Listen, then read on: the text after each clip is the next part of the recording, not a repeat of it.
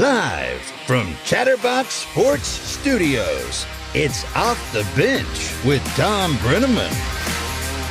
Well, good morning. A pleasant good Monday morning. A beautiful day here in Hamilton, Ohio, and greater Cincinnati. Lots of sunshine, big weekend. And we welcome you to Off the Bench, presented by United Dairy Farmers. I'm Thom Brennaman. We come your way Monday through Friday, 10 a.m. to noon. You can find us multiple ways, starting on YouTube, the Chatterbox Sports page. We always ask to flip on the notification switch if you would. You can also join us on Facebook, Chatterbox Sports page. And we ask you subscribe to the program. If you'd like to join us in podcast form, by all means, search Off the Bench with Thom Brennaman, and you're dialed in. Before we get to the headlines, fellas, good morning. Hammond Eggers, Casey, Paul, Brandon. Morning. How are you, Tom? Lots of sunshine here today. Beautiful day. How was your weekend? Great weekend. How about you guys? Casey, how was your birthday? It was good. I didn't end up going out to any bars, but I ate before going to the movies on Saturday and just hung out with some friends at the house and just had a good time. I heard that movie you were going to got shredded by the people that review it. Did you feel that way or no? I just saw the headline. I didn't read the article. I mean, it was okay. It wasn't What movie? Ant-Man, Oh, okay. Quantumania. All right. But it was, Zah. So then maybe they're right. Resounding review from Casey McAllister. I don't really put a lot of stock into those reviews on stuff, but I just saw the headline, and I knew you said you were going, so I wanted to ask you about it. Got to go to Rotten Tomatoes. See what the people think. yeah. The people. It was just, it's what Marvel movies have been turning into. It was just meh. Okay. All right. Well, we begin with baseball today. That's right. Baseball. After pitchers and catchers reported this time last week, the full squad reports today for the Redlegs in Goodyear, Arizona. David Bell did make the comments yesterday. He expects both Joey Votto and Nick Senzel to miss the first few spring training games, not any exact number. Both players, as you know, recovering from major injuries, and in Votto's case, major shoulder surgery. Games begin this Saturday, believe it or not, against the Cleveland Guardians. Football news, former NFL head coach and ESPN commentator Rex Ryan has interviewed for the vacant Denver Broncos defensive coordinator's job. That's under new head coach Sean Payton. It's interesting to note, former Broncos head coach Vance Joseph is also a candidate. New Cardinals head coach Jonathan Gannon quickly hired his coordinators. Eagles linebackers coach Nick Rallis is a defensive coordinator. Cleveland quarterback coach Drew Petzing is the offensive coordinator. College hoops, UC got a nice win yesterday. It's the second time this season they knock off UCF. David DeJulius hit a layup with 1 second remaining in the Cats' 73-71 decision. Landers Nolly II led the way with 18 points. Winners in the top 25 yesterday included number 2 Houston, number 3 Purdue blasted Ohio State. The Buckeyes have lost 8 straight games. At number 23, NC State beat rival North Carolina. Did I read Seth Davis say yesterday that North Carolina does not have a single quad 1 win this year? Not one? They do not. They're 0-9, and if they don't make the tournament, which to be quite honest, they wouldn't even be close to the tournament if their name wasn't North Carolina. So they are 0-9 in quad 1 games this year, and if they miss the tournament, they will be the first preseason number 1 team ever to miss the tournament. Oof. And right now, they are on the bubble because their name is North Carolina and they have a lot of talent, but they, resume-wise, shouldn't even be close, and we're still talking about them. So, Marty's got to be disappointed. Just a little. I think he's lost his mind, truth be told. We'll see him Wednesday. But he was over at our house and ripping Carolina up one side and down the other. On Saturday, your Xavier Musketeers, Paul, bounced back nicely from that 2-game losing streak. They wrecked DePaul. That was no contest, 82-68. Yeah, it was a good win. And again, it was a lot bigger than that. Xavier was winning by 28 with about 5 minutes left. They emptied the bench. I was surprised they did empty the bench because there is a margin of sorry, I need some Pawnee water. There is a margin of victory component to the computer ranking. So I was a little surprised. Sean kind of talked about that after, that he was frustrated that the last few minutes it got down to 14. But so it goes. Yeah, it was a nice win, especially after they beat DePaul or lost to DePaul in Chicago last month. Jack Nungy, by the way, had a double-double in that game, 18 points, 10 rebounds. He's a nice player. Next up for X is Villanova. That is tomorrow night at the Cintas Center. Villanova was hammered, by the way, on Saturday against Providence and is 14 up, 14 down on the year. Kentucky, Cal, got it going on. I mean, go figure that bunch. I mean, they've had so many ugly losses this year, including some really bad home losses. But there's something about Tennessee that brings out the best in the Wildcats. For the second time this season, they dominate the 10th-ranked Volunteers. This time at Rupp, 66-54. Cal. Yeah. They're going to be in.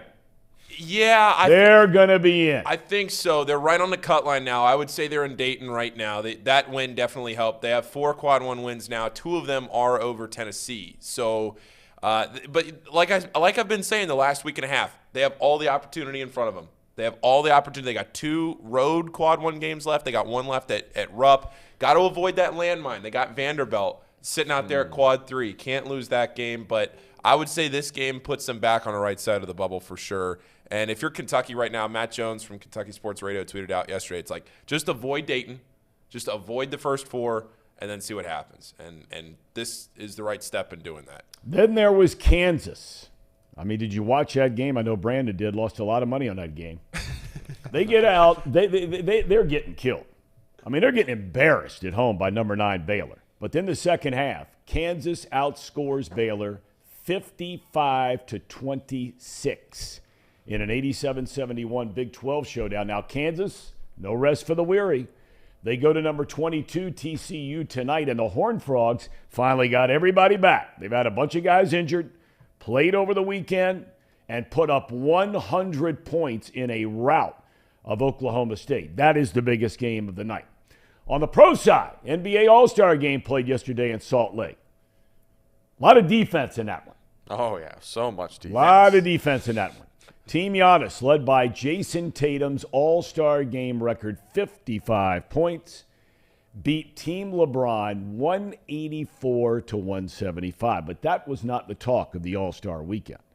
The man everybody's still talking about, your good friend, Paul, Max McClung, formerly of Georgetown.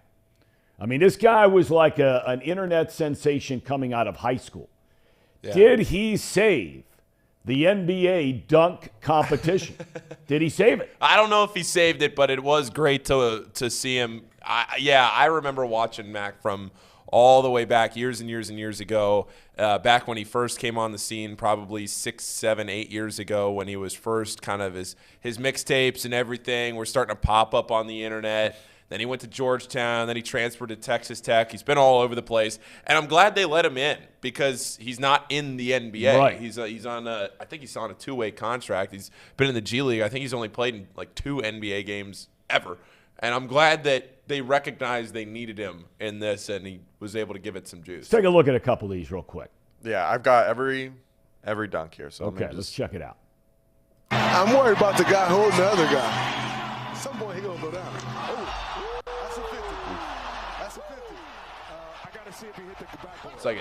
It's impressive. Tapping the backboard's an underrated. Look at this right here. That's unbelievable.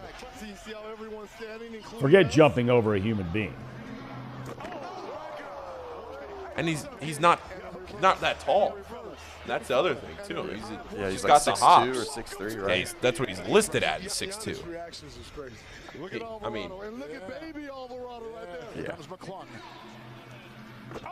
I'm 6'3". I remember walking by him in layup lines when Georgetown was there warming up. I'll tell you one thing right now. Primary source research, he was not 6'2". I mean, dude's unbelievable. I remember just watching him bounce around. I did a Xavier Georgetown game a couple of years ago when he was still there. Yeah. And I mean, just watching him in practice. Oh, yeah. And that's 540. That's the last one. Yeah. Good for him. Good for him. Guy who's still trying to, like you said, he's keeping the dream alive. Yep. And now he'll forever be able to remember that. All right, what else we got going on here? We have Oh, by the way, I saw where on the internet, within 12 hours of posting that video, there were 520 million views of that. Think about that. In 12 hours, 520 million views. It's unbelievable. Final round of the Genesis Open at the Riviera Country Club out in L.A. was a great one. Big-time names, big-time players. Jon Rahm wins for the third time already this season. A 2-shot win over hometown favorite Max Homa. And speaking of comeback stories, it was a great story in racing yesterday. Ricky Stenhouse Jr., who had not won in 5 years and was barely hanging on to his 14-year career, won the Daytona 500 in something called double overtime. 212 laps was the longest in Daytona 500 history. Were you guys dialed in on that? Well, if you were listening to Not Too Picky, Mike Schmaltz had Stenhouse plus 3,000. Wow. Plus 3,000 was one of his picks. Yeah, Ricky. No, I did not see any of it. I was busy during it, but I did see at the very end when he won, and I shot Mike a quick text and said, hey, you got Ricky. Came through. Yeah, good for him. Been a while. A couple of interesting notes in baseball before we get to Bill Michaels. Bill Michaels hosts the Bill Michaels Show. It's all over the state of Wisconsin and points in between, all the way to New York, to L.A.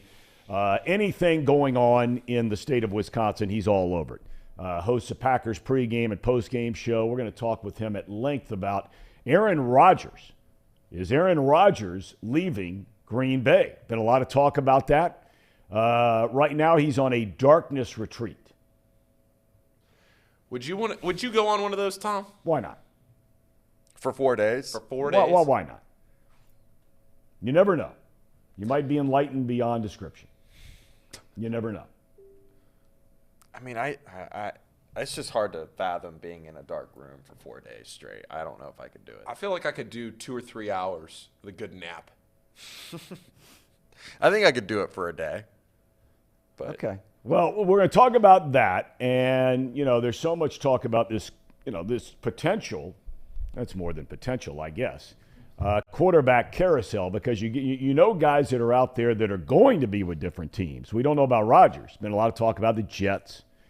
A little bit of talk about the Raiders because of the Devontae Adams connection. But we know that Jimmy Garoppolo is out there. We know that Derek Carr is out there. Apparently, Mike Florio is reporting this morning. A lot of people thought that Daniel Jones, who, by the way, just fired his agent and now has a new agent in contract negotiations with the Giants. Some people were thinking maybe $30 million a year for Daniel Jones, takes him to the playoffs this year. Mike Florio reporting this morning that now Jones is looking for somewhere around $45 million for Daniel Jones. What? Well, he deserves it. What? He deserves it? If you've been listening to me all season, you know he deserves it. Oh, my gosh. Gotta stick up for my guy somewhere. Wait, he's asking for 45, Daniel, or his agent was? That I couldn't tell you. That I don't know. Yeah, that's a lot. That's a lot for Danny. He's getting a little over-aggressive, right? Overvaluing himself, maybe just a little bit. I mean, a little bit, Danny. Let's come on back down to earth. And then there's the whole talk that continues to be about Lamar Jackson. Apparently, there are a lot of people, and Brian Billick talked about this right, near the end of the season, that he wasn't buying for a second that there was a possibility the Ravens could franchise tag him and then trade him. But apparently, that's gaining some steam right now, that people believe that they're out there looking for 3 number 1 draft picks or a couple of number 1 draft picks and sign Jackson to a big deal, trade him away. Man, I mean, Casey, you'd be happy. I mean, if they signed him and then traded him away, I don't think I'd actually like that because it gives the Ravens ammunition, and they've been killing the draft. I mean, they've always been able to kill the draft, and you just give them more ammunition. And I feel like I can compete with the Ravens if they have Lamar Jackson, is what I'm getting at. Yeah. Like if they sign him to a big contract, they're just strapping themselves for the future. So Yeah, that would be crazy though if he gets traded. I mean, we've seen Russell Wilson get traded for a litany of picks. I can't imagine what Lamar Jackson at his age, with his accolades. Yeah, we got to get somebody on from down in Miami because there's been talk that if Jackson is indeed signed, traded, Miami might be a destination. Tua has already said he's coming back. Now, a trade for player or something like that. I don't know. I don't know, but I'm just saying as far as just the Tua thing standalone, him coming back and playing. I mean, all the concussions, all the injuries, but the concussions right at the very top of the list. If you're Miami, you taking that chance? I mean, it's got to be a huge liability risk. Yeah. It's got to be, right? I agree with that. I mean, it's got to be really tough for an organization to allow someone to come back that you know has a extreme head injury history like that. And just with all the scares. I mean, I don't know if it's possible, but maybe they can buy out his contract and just tell him that he needs to retire or something like that. I don't know if that's a thing or what. Well, they can't tell him to retire, but they can just say, here's whatever we owe you, and God bless. Yeah. Which would be a lot. It'd be a lot it was a first round contract and a top 5 pick at that. It's got to be a lot of money, at least. But it's not the big money yet. It's not yet. Where, Herbert's going, Mahomes is already there, Rodgers is there, Russell Wilson is there, Burrow's going to be there. They haven't hit that contract yet, that second or first contract after the rookie contract. Right.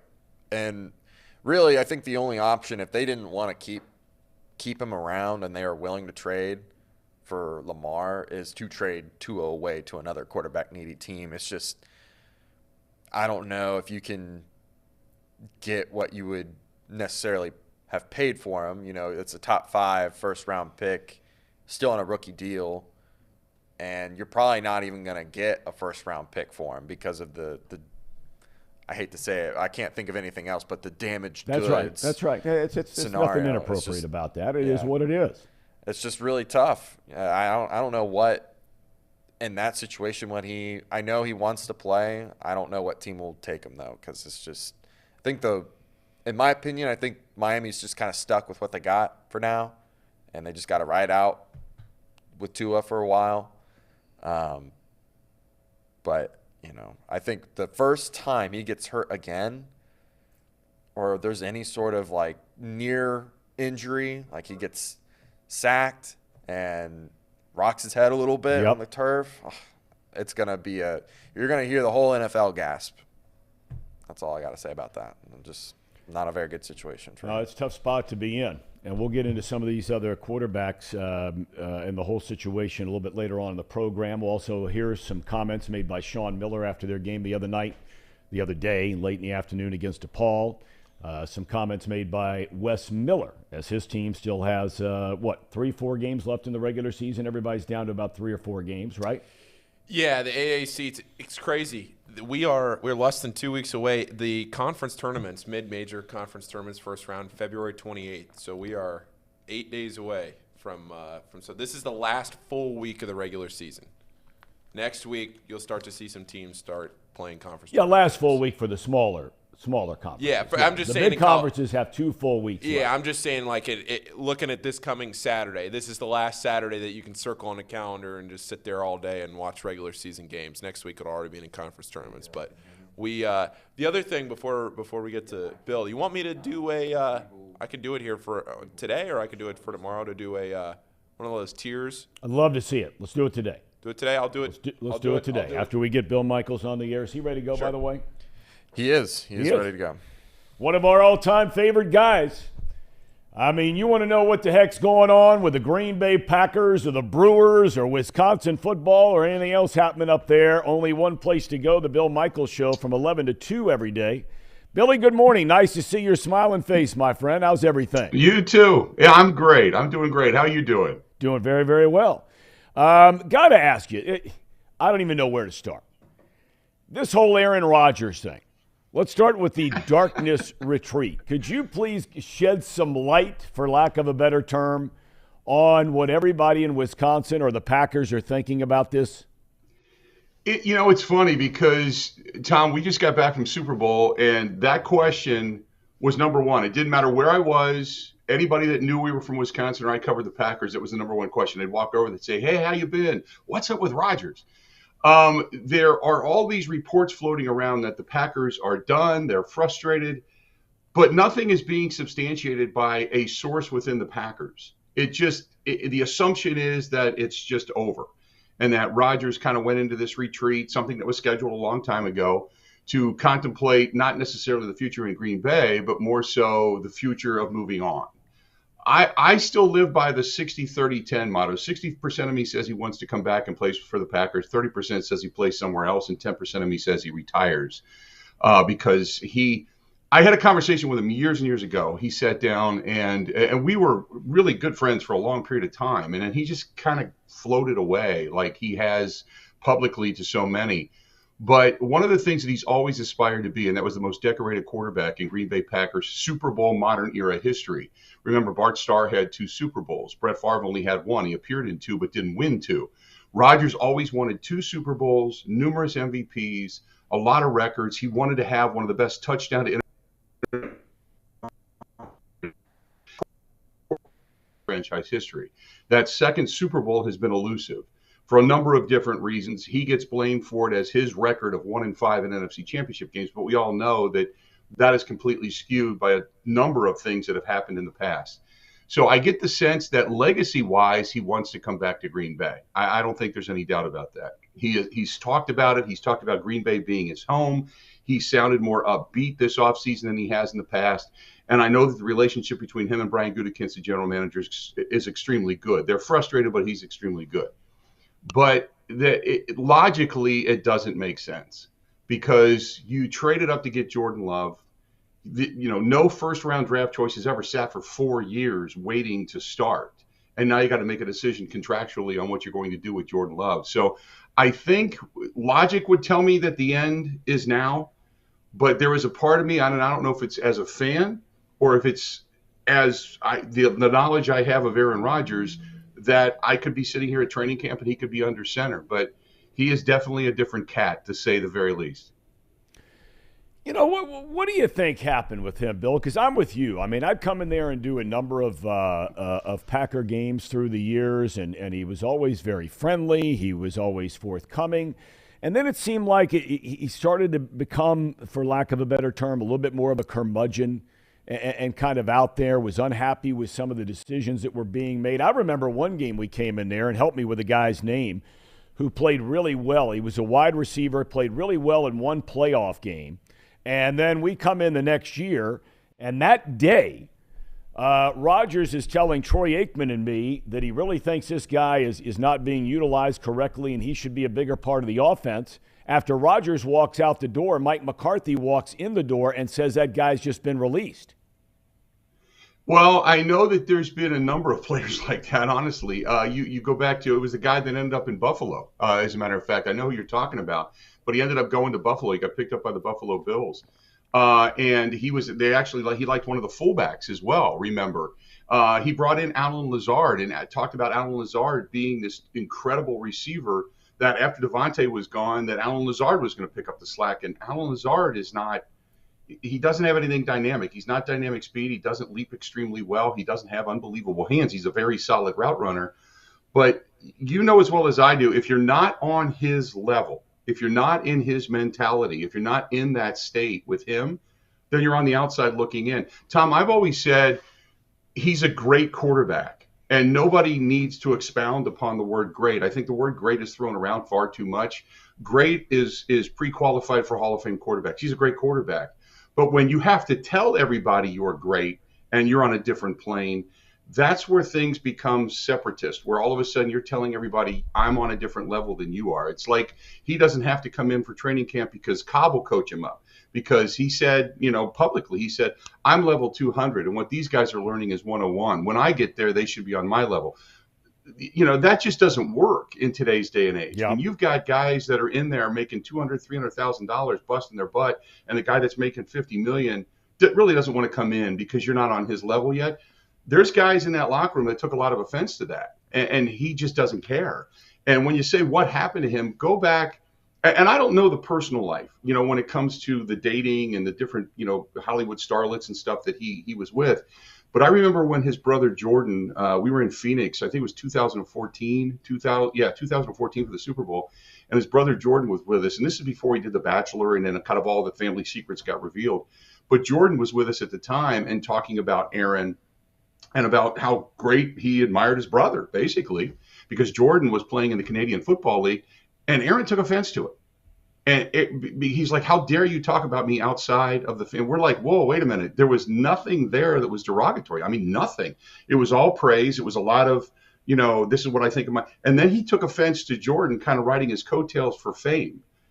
And it was just a weird dynamic. It was a very weird training camp that year. And it's been that way ever since. He's been very distant to a lot of different people. He likes the media because he likes the tete-a-tete, but he doesn't like them questioning him.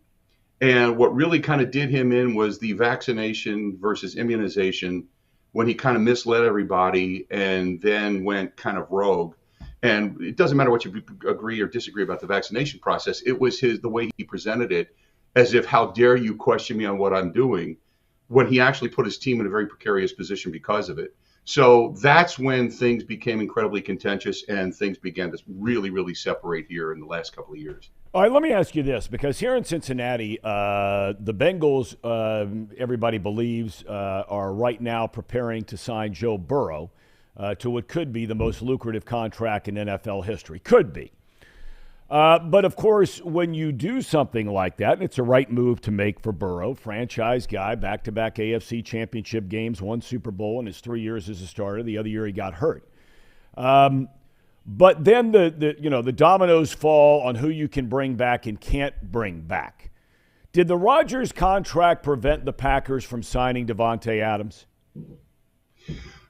No. To answer your question very emphatically, no. They actually offered Davante more money to stay. What happened with that contract, it was getting from point A to point B, because remember, the year prior to Davante leaving, he wanted a contract.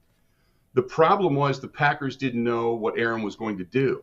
So they never talked to Davante. And Davante kept saying, hey, wait, it's like chicken or egg. Which is more important?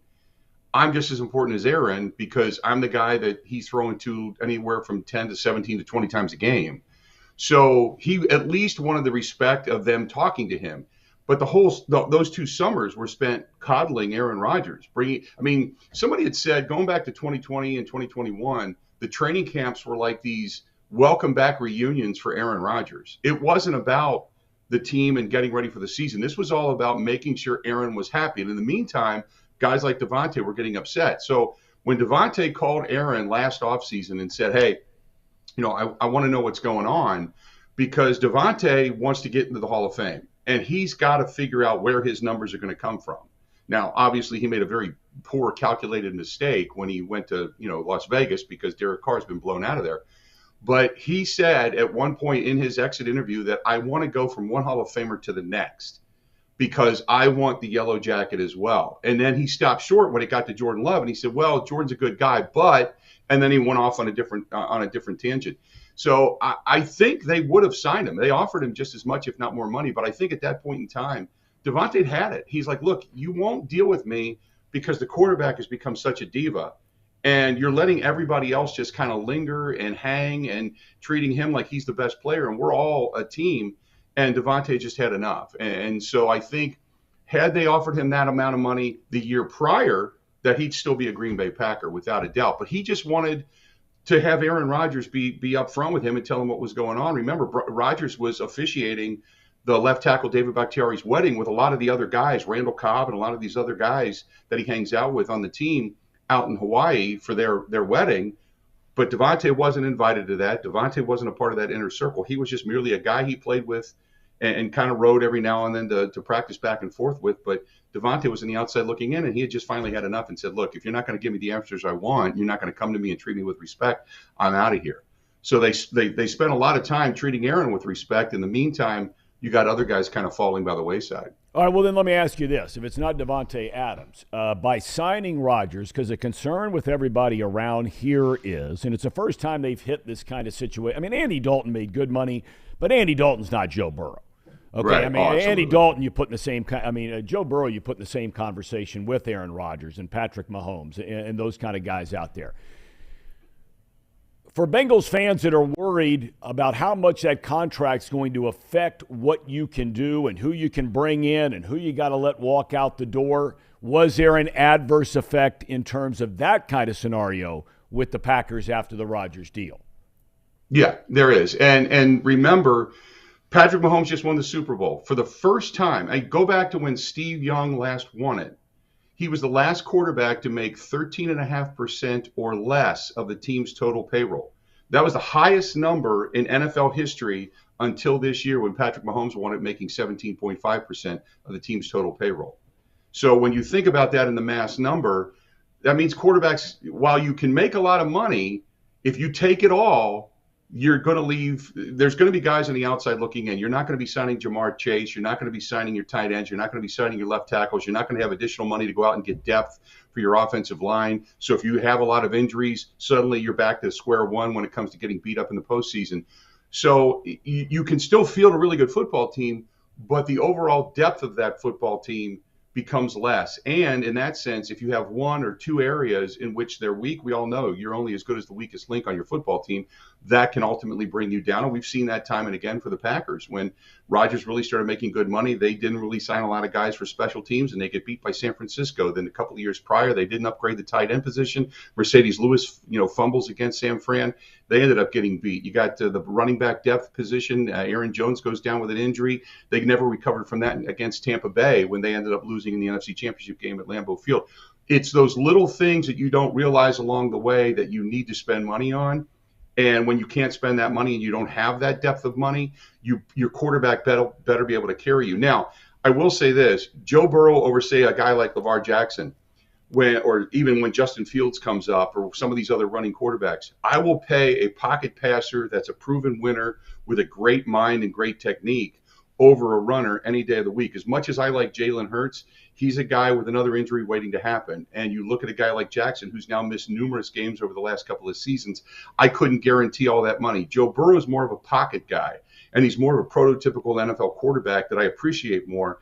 So I'm more apt to give him the money than I am to some of these other guys, because I know at least he's going to be the guy probably at the end of the season that's going to be standing on the field as opposed to the running quarterbacks. But just remember that magic number now is 17.5%, and any quarterback that makes more than that has not won a Super Bowl in the modern era. Fascinating. Last topic I want to ask you about, because it has a Cincinnati now to Wisconsin connection.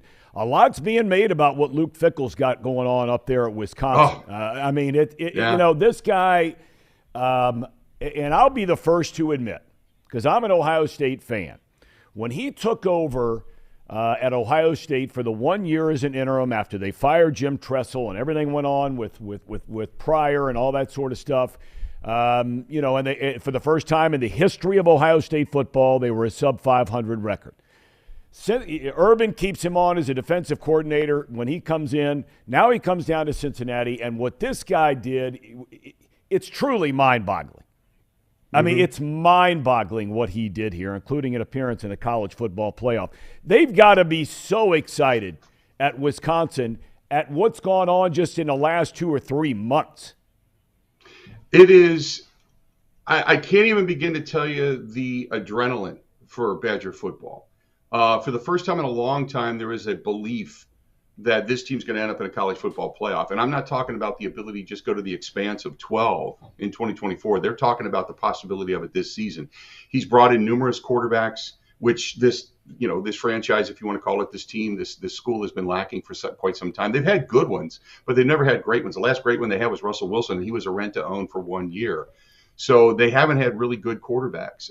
The outside play of wide receivers and such and safeties over the top, and it hasn't necessarily been there, and he's brought it in. But the one thing that he brought with him from Cincinnati that I admired, and just you know me, I still know a lot of people back there. When you talk to the guys at Elder and Moeller and Xavier and LaSalle, and you talk to Cleveland St. Ignatius, and you talk to these coaches, they're like, this guy was showing up at practice. He was showing up and looking at our guys, and you know what the hotbed is in Cincinnati and in that area for high school football, to keep those guys in his backyard and convince them they can be stars in the smaller pond as opposed to going to Ohio State. Now, he's not only taken that, but he's expanded it here. And now he's dipping down into Illinois trying to get some of the speed guys. He's staying here in Wisconsin to get a lot of these offensive linemen out of tremendous schools like Hubertus and Arrowhead and Kimberly and such. And he's keeping these guys here. Plus, he's bringing guys in the portal saying, look, you want to be on the ground floor of something great, let's do this. And he's been able to convince them of that. But the big thing that he did here was he came in and said, I can't have 2 people running my scouting department. I need 16 people running my scouting department. And that's what he's done. And they basically said, here's the money, do whatever it is you want to do. And we've seen early results in that. And this is the first time I can remember, maybe since the year that Brett Bielema matched up with Ohio State and both teams were going into Camp Randall at 7-0. This is the first time that people looked at this program and said, wow, we really got a legitimate shot here. Well, I mean, you look at the way the Big Ten set up, and it's going to change when USC and UCLA come in, obviously. But, I mean, when you look at the western side of the bracket, I mean, let's be honest about it. All the powers over on the east side with Ohio State and Michigan and Penn State, there's no reason in the world, because not only does Fickell, you were talking about recruiting and his attention to detail, where I think he's exceptional and maybe better than any of those other areas, are the guys he hires around him in player development. You know what I'm saying? Right. I mean, because you look at guys like Sauce Gardner, who come in and they're at Cincinnati and they're a 3-star, whatever the hell that stuff really means at the end of the day. Right. But then they coach him up, and the guy's a defensive rookie of the year in the NFL. They had a lot of those guys at Cincinnati. You look at Alec Pierce. I mean, he's just some wide receiver, and all of a sudden, the next thing you know, he's playing well in Indianapolis. It seems to me the level of player he's going to get at Wisconsin takes that to a whole different region now. I love the fact that he calls them unpolished rocks. And he talks, it's not the diamond in the rough. He just says they're unpolished rocks. They're really solid people, solid players. They just need to be polished. And he takes a lot of pride in that. So I agree with you, first and foremost, about finding those guys to say, come here and work with us, and then to find the guys, the coaching staff around them to be able to say, okay, let's work with these guys and their positive traits, and then we'll polish up the rest of it. So completely agree with you there. The other aspect that I've heard from guys, and my producer does a Badgers show every Thursday night and gets a lot of the different players on. So when asked about Luke Fickell, he is, they say, look, he's all business. He's a fun guy. He's a funny guy, but he's all business. Where Paul Christ in the past, Paul's kind of soft-spoken, kind of like that big, lovable teddy bear. Luke Fickell is all business. And when they walk through the door, he's upfront and honest with every one of them. And they'll say that to almost a fault. He will tell you exactly how it is. There's no holding back. There's no hiding anything. There's no agendas. This is what's going on. This is what I need you to do. And if you do this, this is what I promise you will happen. And he's followed through on everything. So the guys believe in him. But when the guys came through the door for spring workouts or for winter workouts, the entire weight room was redone. And they said, new time, new era, new attitude. And they're like, wow. And they completely upgraded all the equipment. They, new paint jobs, the whole thing, new flooring. And they're like, wow, we've gone from big time to really big time. Mm-hmm. And they feel like there's a different, emphasis in the building for success. And so everything that Fickell has done, that he did in Cincinnati, that he brought with him here, the whole 300-mile radius around, Madison, he's just expanded that because that 300 miles touches the 300 miles that he had around Cincinnati. He still has those recruiting trails. Now he's going into Iowa. He's going up into Minnesota. So there's a lot of things there that he's done right, and these guys believe in him. And my assumption is until you fail or until you have a downside or they see a character flaw, they're going to run through a wall for this guy. And it's exciting football time right now here in Wisconsin. Well, Billy, we thank you as always for your time today. It's been great catching up with you. I'm glad you're doing well. You too. Keep on trucking, my friend. Great to see you, Billy. You too. We hope to see you maybe at a Reds game or something this year. That'd be great. Love to see you in person. Say hello again. All right, bud. Michael's kind enough to join us from the great state of Wisconsin. I've always said the nicest people of any place I've ever been are in Wisconsin. I've said that for years. Now, how about that Luke Fickell talk right there? I mean, that guy's got it going on already. It blew my mind how many people around here were saying, oh, is he better off at Wisconsin than Cincinnati? I mean, are you kidding me? Are you kidding me?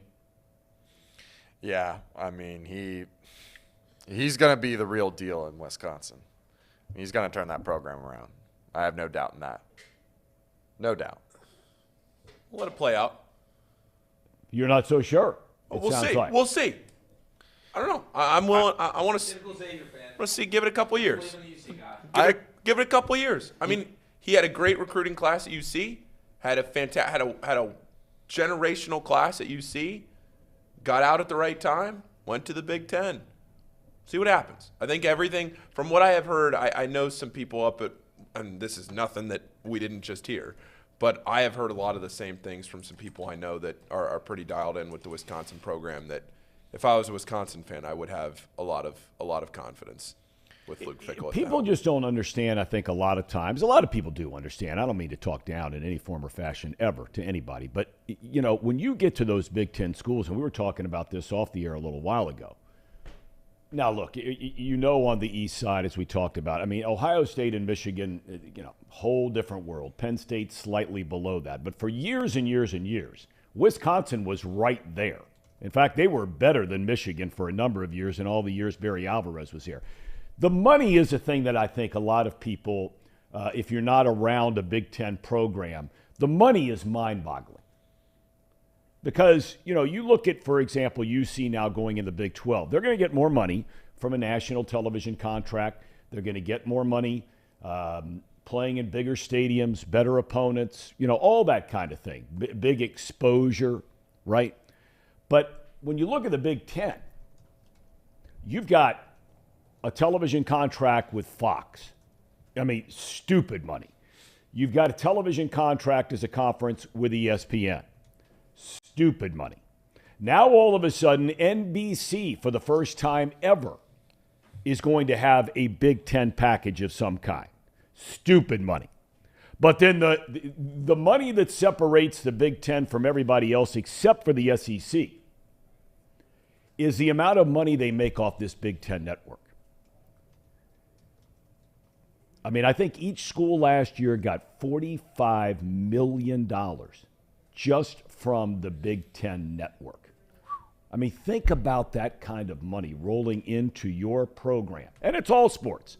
I mean, Wisconsin, they're great at a lot of sports, right? I mean, they're great in hockey, men's and women's. They're great in, you know, they've been very, very good in basketball, a tournament team certainly every single year. But it's interesting to note, by the way, that Wisconsin does not have a baseball program. No. That's strange. It's very interesting to note. There are some big-time colleges that you kind of don't realize don't have baseball programs. I think Wisconsin's the only one of the Big Ten that does not have. Yeah, Big Ten's a pretty good baseball league too. It is? It's decent. Okay. It's got a decent league. Okay. Yeah. All right.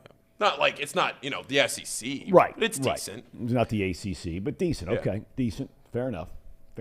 I want to take a break. I want to come back and bounce off you guys some of those things we just heard about Aaron Rodgers. And maybe about this quarterback carousel thing going on in the NFL, because there's a lot of talk about it. Casey, no one follows this stuff more than you. Yeah. I mean, you're even watching quarterbacks like A.J. McCarron. Is that USFL or XFL? That's XFL. Apparently, I saw some little clip, some piece of video. I guess when he came back and rallied his team, his kids were on the sideline or in the end zone, and he was tearing up and all that kind of thing, right? Yeah. I mean, it was a really big deal for him to get that comeback win. Good for him. Yeah. Good for him. He was a quarterback of that Bengals playoff game they should have won over the Steelers. I was standing there in the pouring rain with my, at the time, probably 8-year-old son. Pouring rain the whole game. Fumble inside the 10, and here comes Big Ben. Ugh. Here he comes. Trotting out. Miami of Ohio guy, Big Ben Roethlisberger. You knew the second he stepped on the field, they were going to win the game. Am I right about that, Casey? Yeah, just momentum. Momentum's a real thing. No, but you knew. There are a lot of quarterbacks from other teams. I mean, we were all hoping it wasn't going to happen. I'm standing there just like some of you, whether you were watching it on TV or there in the pouring rain. The weather was just brutal. But, you know, there might be other guys that come trotting on the field, even today's guys. You know, Deshaun Watson comes out, maybe they can win. Lamar Jackson comes out, maybe they can win. Justin Herbert comes out, maybe they can win. But when Big Ben stepped out there, you knew it was D-U-N. Done. Yeah. He was a good player, Big Ben. Good player. Yeah, he was a good player. Hall of Famer. He just had our number for a long time. But He had everybody's momentum has number changed. inside the division. Momentum has changed to the Bengals now. Yes, it has. All right, Ham and Eggers, take it away. All right. Thank you, Tom.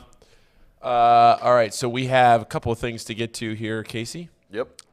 First thing that we got to talk about is where is it? We talked about the Bearcats. Buzzer beating win yesterday. I think Tom kind of undersold the Bearcats win yesterday, but we can get to that later. Yeah. Great win for UC. Their first quad one win of the season, second one under Wes Miller. Maybe we talk about that a little more when he comes back. But the Bearcats report is brought to you by Encore Technologies. Encore Technologies provides IT solutions for a data-centered world with a suite of services from mobile computing to desktop to data center, supporting both centralized and work-from-home computing models to improve efficiency and productivity. Visit Encore.tech. The path to innovation begins here. There is also, right here in front of me, a new premium alkaline water. The lid is on tight. Pawnee, made in Hamilton, Ohio. Pawnee uses natural limestone filtration, unlike the artificial processing that many other brands use. The result is a healthy alkaline water that is also, quote, the best tasting water in the world. Visit their website at pawneewater.com. That is P-A-H-H-N-I water.com to see where you can buy this great tasting water. Drink Pawnee water, get your coffee from UDF, bet with Betfred, and get your technology solutions from Encore.tech. There have been some things in the chat. I'm trying to catch up on the chat, see if there's anything here we haven't talked about, anything. I did finish that little tier maker, so we'll throw the tier. Did we get the tier maker in? We don't have to do it now, but yeah, I got it. Did you get it? Okay, so we'll talk about that more in a minute. Brian B. had a question. Paul, how do you feel about small? You know what? I'm going to save that because Tom may have a thought on that. I don't know if he'll have a thought on the smaller conferences, but he may have a thought on the conference tournaments. So I'll wait till Tom comes back for that. Also, we'll talk about Nick Kirby. Nick Kirby joining Chatterbox Sports. Love it. Late Night Reds host. Used to be Late Night Reds. Now Nick Kirby joining Chatterbox Sports. We'll talk about that more. We have the box lunch coming up after this show today. So that's where we're at. Back to old times. Okay. Tom, what do you want to talk about? Where do you want to take I want you guys to tell me what you want to talk about. Well, we have a few things here. Okay. We have UC's win yesterday, which was a great win. Yeah. Their first quad one win of the season. Okay. Second under Wes Miller. Wait a minute. Didn't they beat UCF earlier this season? Yeah, but they weren't a quad one team at the time. No. The quad depends on if it's home or road. I got so you. Okay. it's quad two at home, quad one on the road. Okay. First one of the season, and their second one under Wes Miller. Great win, kind of gutsy win without Victor Locken. Odi Oguama played great. Kalua Zigpe played fantastic. Oguama, especially like in the paint, around the rim, really asserted himself. We do have some post game from Wes Miller here. Wes said after the game, I'm super proud of David, talking about David DeJulius. He deserved to have that one go in the way he's worked at it and how invested he is. I know he took it really hard when he was in a similar situation at Tulane. He shouldn't because he's been terrific for us all year, but he took it hard. And the neat thing, is that he keeps coming back to work. He wanted the ball again in that same situation, and he made a big-time play. It was a tough runner. Floater from the free throw line and got it to go 0.2 of a second before the buzzer. It's a real good win for UC, especially when you start to generate some momentum. And the other thing, too, is that you're fighting for a seed right now in the AAC tournament. And right now they're the 5 seed because they have they lost to Temple, but they have another game against Temple on Wednesday. So you can split the season series. If you get that 5 seed, or I think it's a 5 seed. I had to go back and look at the tournament. There's a chance you avoid Houston till the title game. Well, I thought when you set up in a bracket. Now, correct me if I'm wrong here. I thought when you set up a bracket that the 1 and the 4, right, Yep. would stay on the same half of the bracket. Is the 4 and the 5 not in the same half of the bracket? Yeah, so the 1 seed plays the 8 seed. The 4 and 5 seed you'd play each other. Basically, yes, the 4 so 5. So you'd be in Houston's half. Yes, if UC dropped one more spot to 6, you would avoid them. So that's where I'm kind of saying. I see. Okay. If things didn't go so well for UC down the stretch and they dropped to 6th, the silver lining there is that maybe you avoid Houston until the final and Houston gets tripped up along the way. Do they have any chance to get to the 3? Do they have any chance to get to the 3? I don't think so, but I'll check it right now. So right now, Cincinnati is 9-6. Memphis is 10-4. They're projected to finish a game behind Memphis at the 3, but Tulane's in the 2nd spot. Memphis is in the 3rd spot. Memphis has Houston one more time, but they also have Wichita State and SMU. But Cincinnati does play Memphis, so they will have a head-to-head there, which is that's obviously a huge one. Cincinnati only has 3 games left: Temple, Memphis, SMU. So it's going to be almost impossible. Almost. It's possible, but unlikely. They would have to beat Memphis. Yeah, they got to win out. They basically got to win out. They got to beat Memphis. I do have my tier maker thing if you want to do that. All right, too. let's get right to it. This is in place of, during the football season, Casey's stink list. Yes. So this is now where you believe to be, and please walk us through this. Yeah, so I made this off the cuff. This is not necessarily the same as Casey's stink list in the sense of like where I rank the teams. Like the Final Four, these teams are not in order. This is not like Alabama. I do think Alabama is the best team. I do think Houston's so number 2 this isn't as team. we go left to right. This isn't set up as this is the number 1 team, 2 team, 3 team. This is just a group of teams that I think can, make the Final Four, make the second weekend, whatever. Okay. So I think the Final Four teams, Final Four caliber teams right now, as it stands today, if you were to say who, Paul, do you think is going to make the Final Four, okay, I'd have Alabama and Houston in there. I think Purdue is capable, but they have been shaky lately. I'm not going to be the person that sits here and picks against Purdue, but here's what's going to happen. Here's what's going to happen to Purdue. Everybody's going to pick against Purdue because they've lost like 2 or 3 games in the last couple of weeks. Yep. Everybody's going to pick against Purdue. It's going to be the cool thing to do. Whether I get burnt on it or not, I'm not going to be that person. I'm not going to be the person that picks against Purdue to make a deep run because they have too much talent in it. Will they win the national championship? No, I don't think so. I do think they get tripped up along the way somewhere. But then you have Kansas, who has, I think, 13 quad 1 wins on the season. 12 or 13. They're the only team in double digits. They've been fantastic. They are a true contender to go back-to-back. Texas been playing well when they play well. Arizona's kind of the same thing when they play really well when their front court is on. Then you have these second weekend teams. I am really surprised as I look at this list. The one team that just jumps off the page to me that you don't have as a Final Four contender would be the UCLA Bruins. I don't think so. They're off. I just can't trust these teams with like Tennessee and UCLA. I can't trust them as much as I can trust the teams that can score.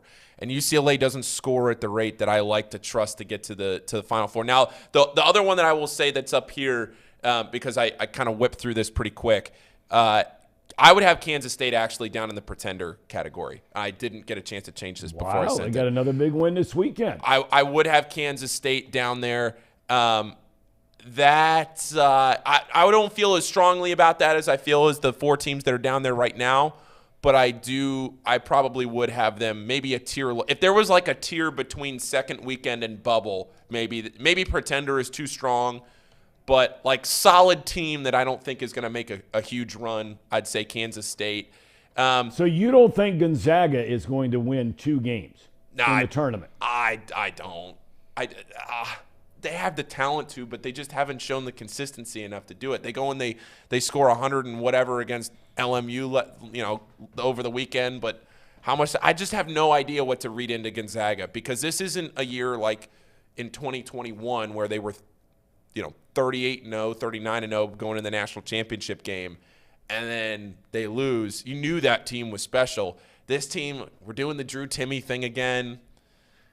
It's tough to read these WCC teams, what they're going to be able to do in the tournament when they play in the WCC all year. And I'm not going to sit here and write off the WCC, but Well, you are.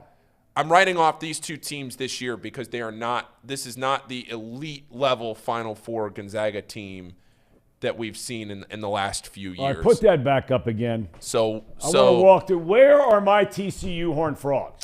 They're ahead of UCLA second weekend. The graph, it was I see. big logo, Okay. big logo. Right. So there, and then you have Big East teams. You have 3 of them. 4 of them actually.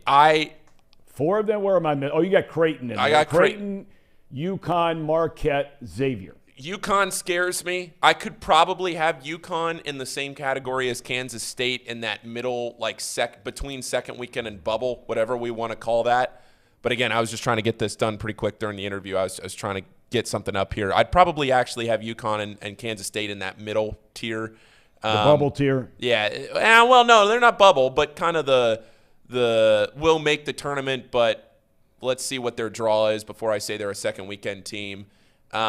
I do think that I like – the thing I really like about Xavier, Marquette, and Creighton is how they score the ball. And Creighton's also versatile enough that they can win a grind-you-down game and they can win a high-scoring game. Creighton's really good. They're probably going to win the Big East. I like Creighton a lot. And again, second weekend teams here, I didn't rank them. It's not like Baylor. I understand. It's not like the thing that jumps off the screen to me on this when you're just looking at college basketball and the thought of this being reality, and it's very much a chance of being reality, is when you look at that list up there, you have Kentucky, as we talked about a little while ago, as a bubble team. You have North Carolina, more than likely headed to the NIT, barring an ACC championship, which they're capable of winning the ACC tournament championship. There's no doubt about that.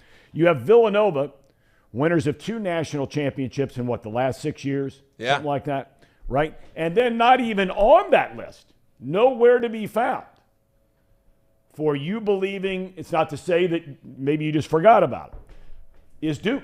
So here you have North Carolina, Kentucky, Villanova, and Duke. So go ahead. What about Duke? Well, so I had to upload all these logos onto the tier maker, and Duke is the only logo that I didn't use because I couldn't figure out where to put them. They're not a bubble team. They're comfortably in. They're probably a 6 or 7 seed. They're not a second weekend team. So maybe I'd put them in that same category. And I didn't want to say they're a pretender because at no point this year were they ever really a contender. So I'd say the pretenders are more of teams that we have to hear a lot about, that a lot of people are going to pick pretty far, that I don't think are going to go as far as people think. Duke's just sort of like they're having a decent year.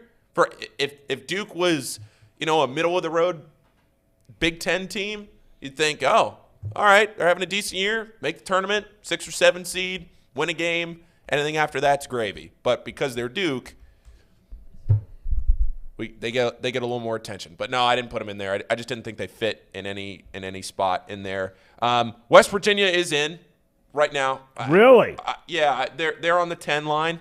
I wouldn't say they're safe, but they're in. They're in, and they're not going to go to Dayton. Now, this is as of today, they're not going to go to Dayton. They're in, fighting Bob Huggins. But Tom, 15 and 12. Yeah, I would say they're in. I know they've stacked losses, but they have some good wins. Northwestern, I see a lot of people asking about Northwestern. They're in for me. They're definitely very comfortably in for me. Very comfortably in for me.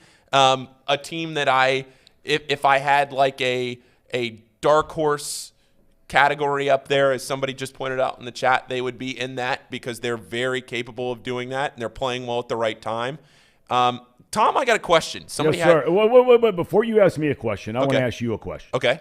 Let's go. Everybody universally agrees, not even debatable, Big 12, best conference by far in the country. Sure. Okay. So here are the teams. Kansas, Texas, Baylor, Kansas State, Iowa State, TCU, and you're saying West Virginia. That's 7 lead pipe cinch. Yeah. They're in. All right. That only leaves 3 teams in the conference. Oklahoma State, 16 and 11. They're in. All right, so you're saying an 8th team is in. I think they get 8 teams in. So you don't think Texas Tech makes it? No. 15 and 12. No. Winners of 3 in a row. Too many losses. They're basically the same as Oklahoma. Same as West Virginia. Yes, you're right. The loss number is the same. Loss to Ohio State's going to hurt them. The loss to Oklahoma is going to hurt them because Oklahoma's the other team that didn't make it. Now, all of those losses are top 65 losses, but they lost, what was it, 8 games in a row. They lost 10 of 12. So, I just think Texas Tech is the odd one out there, and Oklahoma. Okay. So 8 of the 10 are going to make it. Yeah. Okay, so what were you getting ready to ask me? So I was getting ready to ask you, somebody in the chat asked, how do you feel about small conferences? How do you feel about small conference regular seasons being meaningless, a.k.a. you win the conference tournament or you're out?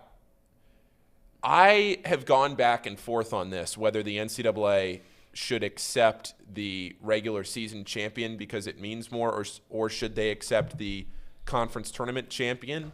Good question.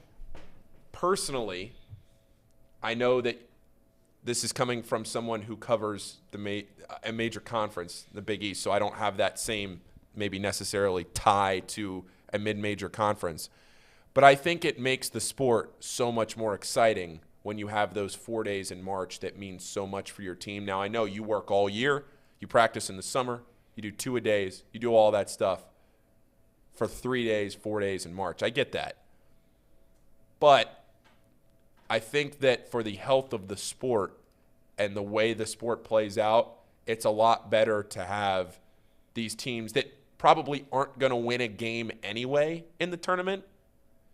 Well, I think it all depends on which conference you're talking about, and there certainly is precedent for this. I always go back because I'm a graduate of a Mid-American Conference school. Yep. And I remember the 4 years that when I was at Ohio University were the same 4 years that Ron Harper was at Miami. Oh. Okay? So in those 4 years, Ohio University won the regular season championship, and in those 2 years lost the MAC championship to Miami in the tournament. Miami 2 of those years won the regular season and lost in the MAC conference tournament to Ohio University, right? There was no doubt that both of those teams should have been in the NCAA tournament. There's no doubt, right? And only one of them makes it more times than not out of the Mid-American Conference. Now, are there lesser conferences, where Charleston and some of these teams are playing? Yeah. But I really feel like that they're, especially the MAC, and then there might be 1 or 2 more, but especially the MAC, that they really get jobbed in favor of some of these conferences. I'm not going to say the Big 12, but let's just say the ACC. Let's just pick somebody. And let's just pick a team like Clemson. Let's just pull them out. Okay, they've had a good year, sitting in first place, right? In the conference right now. Well, no, they're not right now. Well, I mean, last week. Yes. You know what I'm saying. Yes. I'm just saying at the end of the day, I really believe that more years than not, there are, without a doubt, 2 Mid-American Conference teams that should be getting in the NCAA tournament in lieu of a 6th, a 7th, an 8th team from, on any given year, it could be the Big East, it could be the ACC, it could be the Pac-12, somebody like that.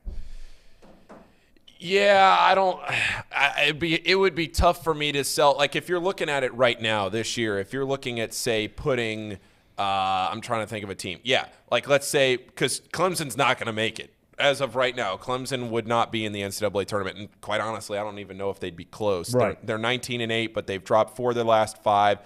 A loss to Louisville now over the weekend. Probably, if they weren't out already, definitely knocked them out of the NCAA tournament.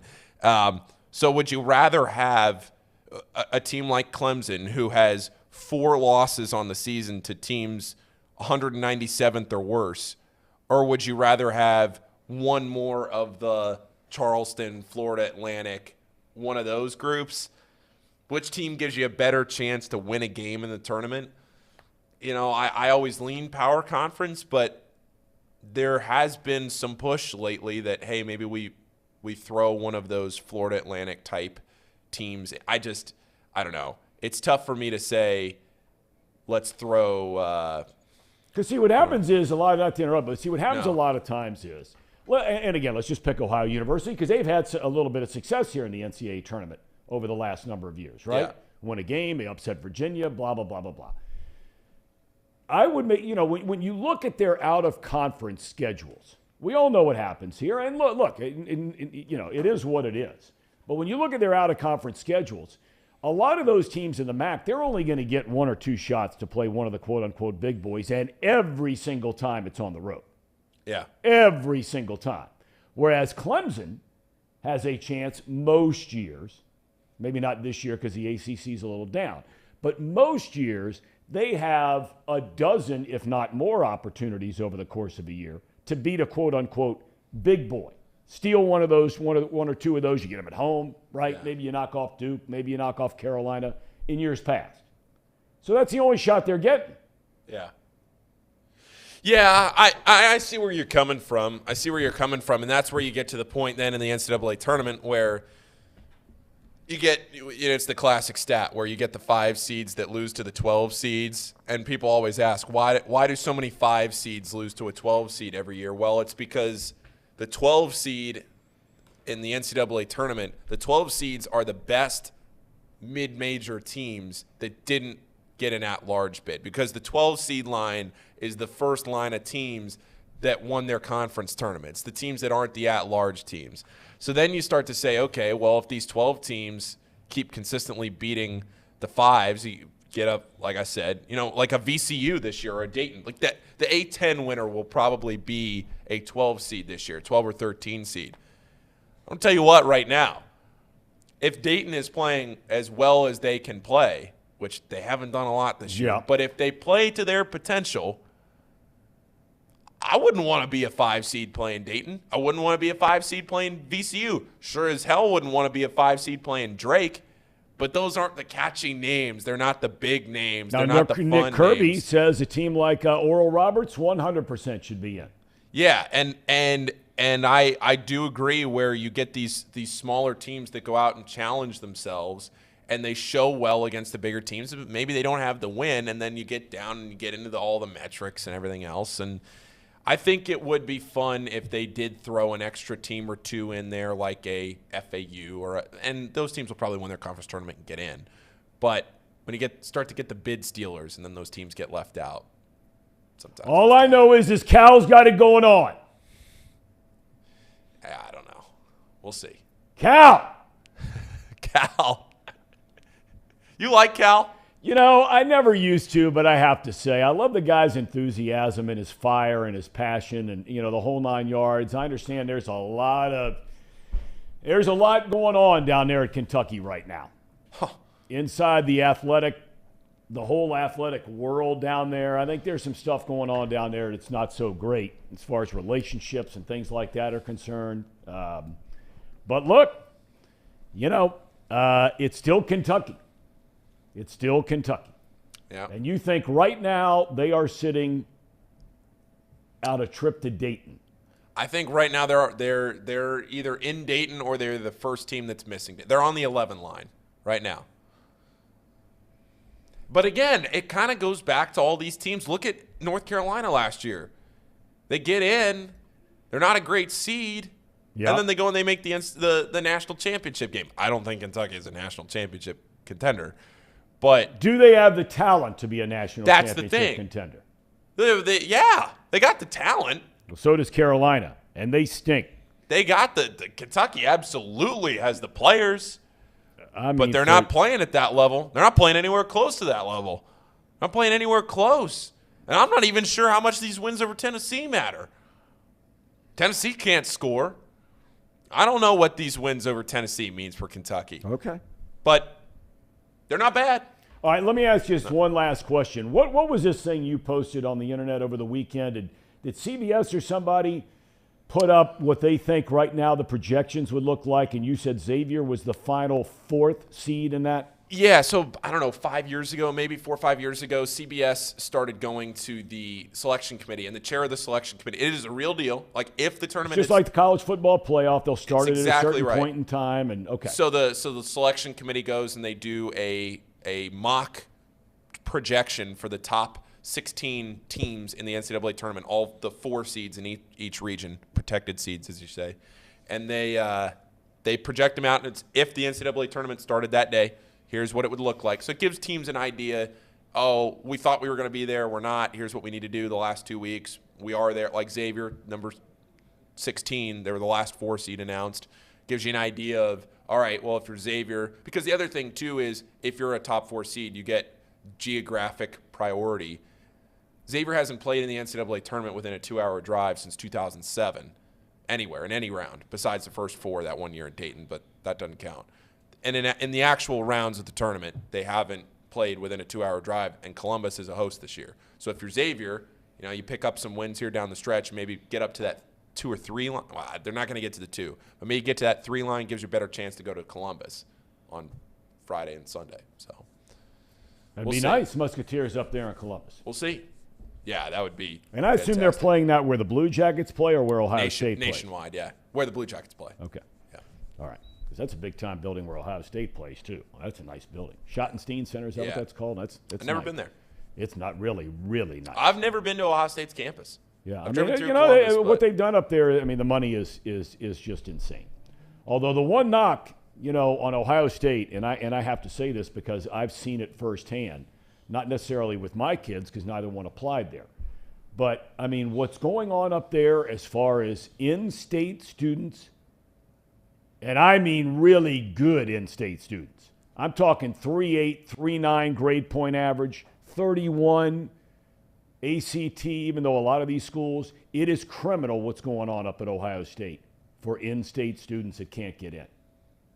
I can't tell you how many friends of my kids meet that criteria that I just laid out. As an in-state student, 3.8, 3.9, 31, 32, ACT, they can get in Indiana, they can't get in Ohio State. They can get into Wisconsin, they can't get into Ohio State. And correct me if I'm wrong here, some of our tax dollars are going to these state schools. It is criminal what's going on up there. I got friends of mine that are Ohio State alumni. And they have thrown in the towel on Ohio State because their kids could not get into school there. Really? With that kind, I'm telling you, there cannot be, in a lot of states they have, and this is a great law. And look, we have way too many laws. But a lot of states have a great law where one of the reasons it's so hard to get in out of state to North Carolina or Virginia or Georgia or places like that aren't Ivy League schools, public state universities, is because there is a mandated law that Texas is the same thing. If you hit a certain level as an in-state high school student, grade point average, test score, you are automatically in on any state school that you apply to. You're automatically accepted. So what happens is their state school percentage is huge of students that go to school there. Look at North Carolina, look at Georgia, look at Virginia, okay? And then the out-of-state, you're lucky to get 4 and 5% that are applying that are getting in. Ohio State, okay, yes, the majority are still in-state students. But the out-of-state money, right? International money. And I know some Ohio State people, maybe you're one of them. I know there are a lot of them out there that have been really frustrated with what's going on up there in Columbus in terms of letting in-state students. I'm not talking charity cases here. I'm talking about legitimate kids who have worked their asses off in high school and can't get into the biggest state school in Ohio. And I'm an Ohio State fan. Anyway, I didn't need to go off on a tangent. No, it's crazy what the in-state versus the out-of-state. I remember going to Xavier. I remember that looking at the in-state tuition versus the out-of-state tuition after one of the scholarships I got, it was cheaper for me to go to Xavier than it was to go to an in-state school for in-state tuition. Yeah, I don't think anybody's complaining. I haven't heard. Let's put it that way. We know college costs have gone through the roof. I've not heard. And in fairness, a lot of friends of mine, they have enough money to send their kids to college. They're not taking a student loan. Yeah. I've not heard any of them complain about the tuition. Miami's incredibly reasonable. Ohio University, unbelievably so. Yeah. So we have a lot of great state schools. And then, Indiana's very expensive out of state. But you can get in with a 3.8 and a 32 grade point average, or ACT. Yeah. You can get in. Can't get into Ohio State. I mean, I would make the argument, and maybe somebody out there could dispel this. I would make the argument, and look, I've had 2 kids now go through this whole process in the last 4 years. I would make the argument that Ohio State is the toughest in-state university to get into in the United States of America. More than North Carolina, harder than Virginia, harder than the University of Texas. There's another one because of that law I was referring to of getting in out of state. University of Texas. And I'm talking about public now state universities here, okay? I'm not talking about the private schools. But it is really tough to get in. And it's a shame because our tax dollars are helping fund. Are you talking about just for in-state students? Yes. Okay. Yes. Okay. For in-state students. I do. I think it's tough. And Tomas, your friend, said he knows that Georgia uses that. It's exactly right. It's the same thing. They do the same thing down there, and it's why it's almost impossible to get in as a student out of state. And the SEC, Georgia's one of the few, including Vanderbilt. Georgia's one of the few that is really hard to get into out of state. I mean, you can get in Alabama and you can get in Ole Miss and Florida. You know, Florida's kind of tough. But it's amazing. It's amazing. All right, let's take a break. When we come back, I want to get in, Casey, to your realm of expertise. You are our quarterback carousel guru. That's what they call him. Interesting article written in The Athletic today about where all these quarterbacks are going to end up. So we're talking specifically Aaron Rodgers. We're talking about Jimmy Garoppolo, Derek Carr, Lamar Jackson. And then I know we have some sound from Sean Miller, right? We do. From over the weekend. Yep.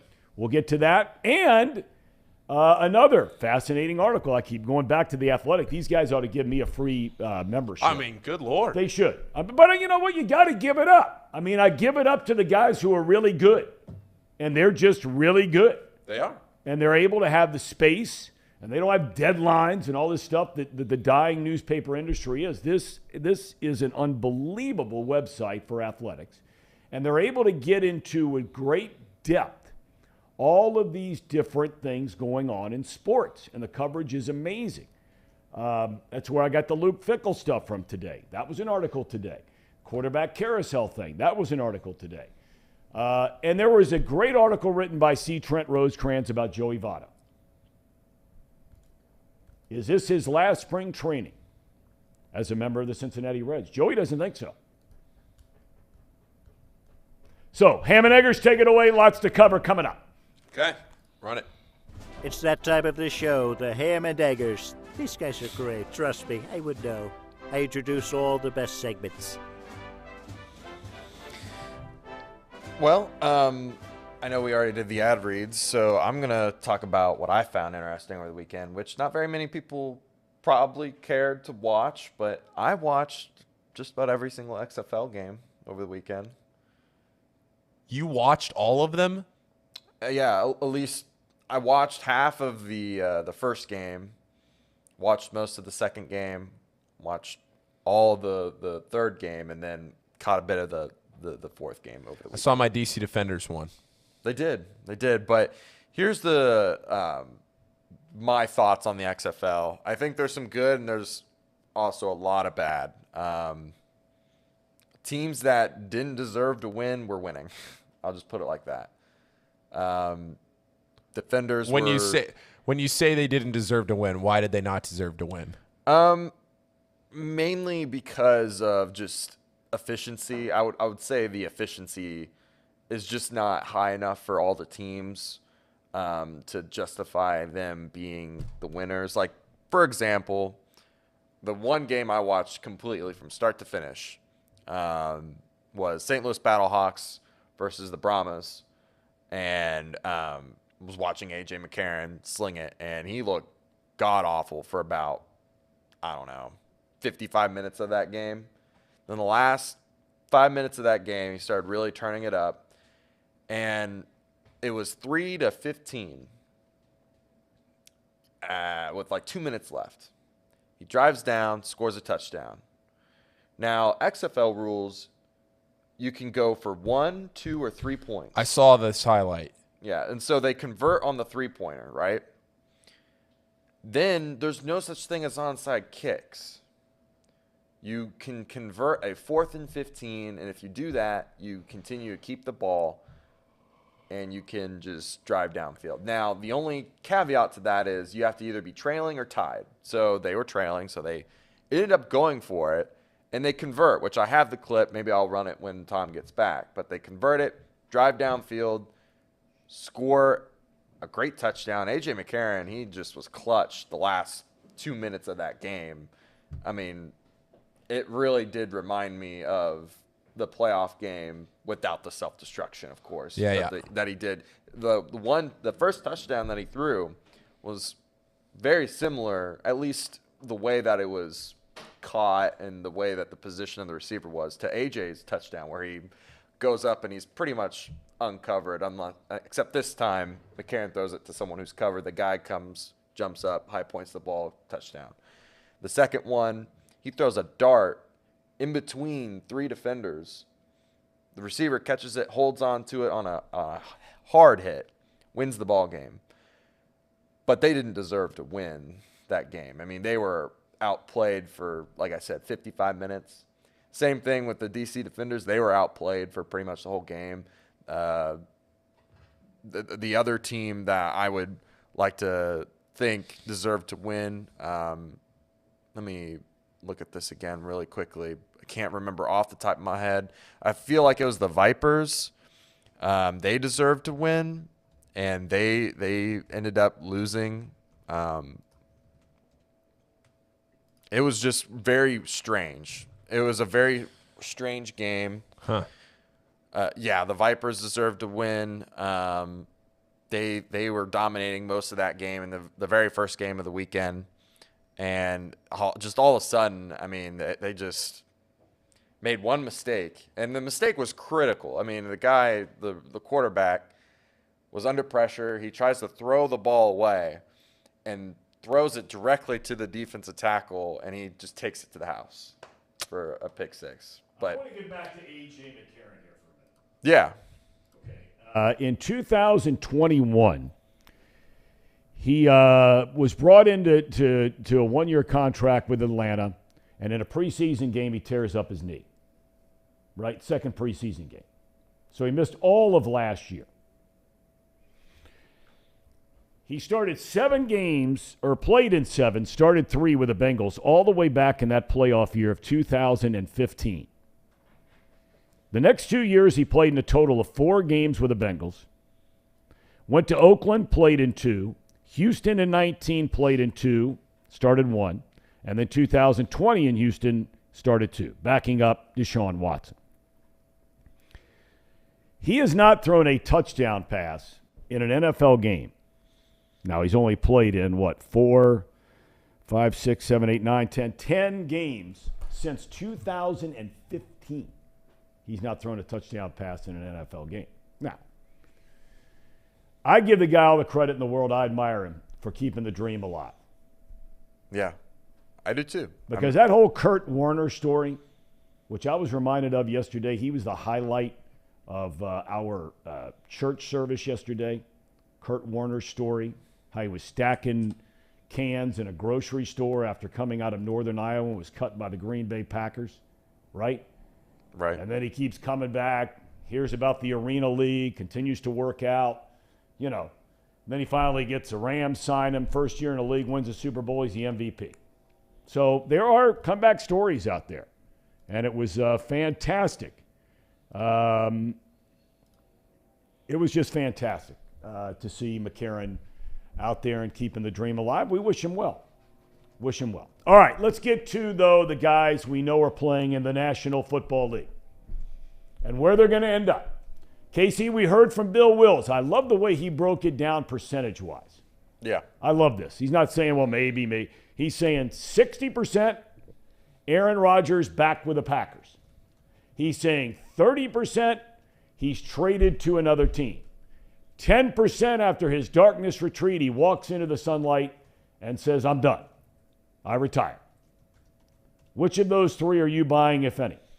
I'm buying the 60%. I think Bill has a pretty good handle on the situation. I think the Packers are doing everything they can to keep the cap space manageable. They restructured Aaron Jones already. They've got a ton of other potential restructures. They've got like 5 guys with big contracts like Bakhtiari and Preston Smith, I think, is one of them. There's a couple other guys on that team that they could free up some money if they really needed to get under or to get in a comfortable spot with the cap and keep Rodgers. Yeah, and I just don't know. Here's the thing, too. What's interesting is the Jordan Love situation. I kind of forget about him from time to time, but that was a first-round pick, so he's got a first-round contract, and they got to decide whether or not they're going to give him a 5th-year option. And that's tough. I mean, you can't not see what you got there, and you know what I mean? Like, you can't give him a contract. No, I hear you, because got, especially when you start thinking, and I loved how he broke it down about the percentage thing, that not since Steve Young, I mean, good Lord, Steve Young's been retired forever. Right. This year was the first year since Steve Young last won a Super Bowl with the 49ers, where the quarterback ate up more than 13% of the overall team payroll, Mahomes at 17%. If they keep Rodgers, and you've got to give Love a bump in money, right? Right. I mean, can you imagine with that percentage just on 2 quarterbacks, look at their overall team payroll? Unsustainable. Yeah, it's not sustainable. So I feel like they're going to have a situation at quarterback. I just don't know what they would prefer to do. I think the ideal situation for them is to find a trade partner for Jordan Love, if that's what it's coming down to at this point. But what you get for him, you're getting nothing for him. Getting nothing. Hasn't proven anything.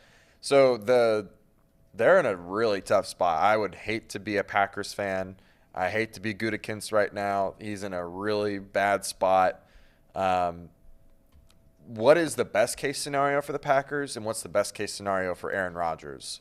I think for Aaron Rodgers, I feel like he deserves to do what he wants. If he wants to stay, he should stay. If he wants to leave, he should leave. And the Packers should just let that happen, because either way, it's giving the team resolution on what the answer is. If the Packers just go ahead and send him without him wanting to leave, or like they try to get rid of him and he doesn't want to leave, or they try to force him to retire when he doesn't retire, it's just going to be a really bad situation. Well, I think in a lot of ways it's already bad. I mean, you heard Bill. There are a lot of people around there that are just ready to wash their hands of Rodgers, and he's kind of gone off the reservation a little bit. I always liked the guy. Like I said, when I was doing a lot of Packer games through the years and going there and talk to him and a chance to visit with him, he was great. But then all of a sudden, I'm not sure what happened. I know it's a family stuff or whatever it is, and now all of a sudden, a little different setup, very different setup. The other part of the Bill Michaels conversation that was so interesting to me was, the little things we don't think about, as far as you can't keep when you pay the quarterback. Now, he said they offered him, Devontae Adams, and that's well documented. They offered Adams a lot of money to stay. But that, he talked about, the 2 or 3 guys maybe on special teams. Now, all of a sudden, you can't bring back. And then you go through the whole year and you field a really, really good team. But, all of a sudden you get beat with a punt return. You get beat with a kickoff return. Or maybe on defense, you have a couple of guys get injured. Or on offensive line, and the Packers have had more than their share, just like the Bengals did this year. Bakhtiari and some of these guys that have gotten hurt on the offensive line. They had to let Corey Linsley walk out the door as their center. This is the one thing that I don't think Bengals fans have thought much about. About when giving Burrow the contract, and we all agree he deserves a contract. And there are different ways they can structure it and guaranteed. And when does the big hit happen? Is it 2 years, 3 years from now? All that kind of thing. I just find it hard to believe, Casey and Paul, that the Bengals are going to be able to keep Burrow, Higgins, and Chase, and still field a team that can win a Super Bowl? Not this year, because this year they're okay. Yeah. Chase is still on the rookie deal. You could tag Higgins. You could do whatever you want to do. So are you saying this is the last year of the window? No, I think they got 2 years. I think they got 2 of fielding a team where you don't start to see the cracks because of the money. Does that make sense? Yeah. I mean, I'm saying 3 years from now, you still have Joe Burrow, maybe you still have Chase, maybe, you draft some guys, free agent guy here or there like you did a Hayden Hurst. I think they can still be, like Kansas City, a really, really good team. But I think the next 2 years are the years you know for sure you're going to have them all before it starts to bite you. I think that's fair. I would argue that it really just depends on. We got to see what the first contract, what that looks like first. Whoever it is, if it's Burrow or T or Chase, which is probably going to be Burrow first, and then it's going to be Burrow because they got to figure everything else after that. Yeah, and once that's taken care of, I can give a more firm answer on what the outlook is going to be like. But I would argue that even after this year, they're going to have very difficult decisions with DJ Reader, with Awuzie, with Hilton. Trey Hendrickson, Hilton, and these guys are getting older. Tyler Boyd. Tyler Boyd. I would argue that this is Jonah Williams. Yeah, I would argue that this is the year. And then after that, it's a lot of unknown. And they got to do a really good job this offseason to help supplement some of that talent that you may or may not lose next offseason. Because to me, DJ Reader is the heart and soul of the scheme. He is what makes our defense able to stop the run, at least up the middle, and our ends are able to corral it. And then our back end is really solid when everyone's together. And as soon as you pluck out DJ Reader, our defense just gets torn to shreds. Well, Jay Morrison wrote today, we talked about last week, Saturday, and Jay was with us, last Friday, he focused on, needs of a team and the draft. And he looked at the offensive side. Today he wrote about the defensive side and said, without a doubt, the number one need, without a doubt, is in the secondary. Because right now, as we sit here today, Cam Taylor-Britt got a couple starts at the end of the year. He was playing more corner, right, in a slot a lot, or on the edge, whatever it might be. They only have a total of 4 NFL starts combined of all the safeties they have on the roster right now, with Bates a free agent, Von Bell a free agent. So, Awuzie is coming back, but it's an ACL. Hilton's coming back, a little bit older, right? That Britt is coming back. But, you start going Dax Hill and some of these guys, and all of a sudden you want to win a championship with 2 safeties that are basically rookies. If you draft one and play the other one, Hill. Maybe you can win. I don't know. Chiefs, I think, did it. Yeah, I think the Chiefs just did it with Cook and McDuffie. Yeah, so, is it possible? It's possible. But there are a lot of things that are going to be. All right, shift gears now to a lot of talk about Derek Carr. Yeah. I feel like it's a very interesting situation that he's in. Declined being traded to the Saints, which is where I thought he was going to go. Well, he declined just his no-trade clause. Not sure if they were ever going to be able to get that deal done, but that's what he decided. Yeah, and now we're looking at him as a free agent. I don't know if he'll get top dollar. Probably not. He'll probably get something very close to what he had before, which is like the $37 million, $35 million range, I imagine. Maybe he gets less. That would be bad for him. But at least in the Athletic article that you're mentioning, they think he's going to go to the Jets. I can see that. I also think that there is a chance that he can go to 2 other teams that are kind of dark horses for me. One of them being Tampa Bay, and the other one being Washington. And now Washington has already come out and said that they're going to continue to play with Sam Howell as their number 1 quarterback. But would you rather take someone that's a proven veteran that you can get on a semi-cheap veteran contract, or would you rather take your chances on a guy that's not proven, that lost the last game of the season on a game that didn't even matter? I don't know. For me, if I'm Washington, I take my chances with Carr. You got a good enough team around him. You got some good weapons, a decent enough defense to at least compete in the NFC East. Well, when I look at some of these quarterbacks, I say to myself, if I were them, where do I want to go? If all things being considered, money is basically the same. I look at Tampa Bay. It's a defensive-oriented coach that's running the team. Yeah. Not an offensive guy. You just fired your offensive coordinator. Okay? You got a lot of weapons down there, no doubt about that. I mean, you got Godwin, you got Evans. I mean, they got some talent now. Can't run the ball. Offensive line's a mess. It was hurt. You look at New Orleans, defensive-minded coach.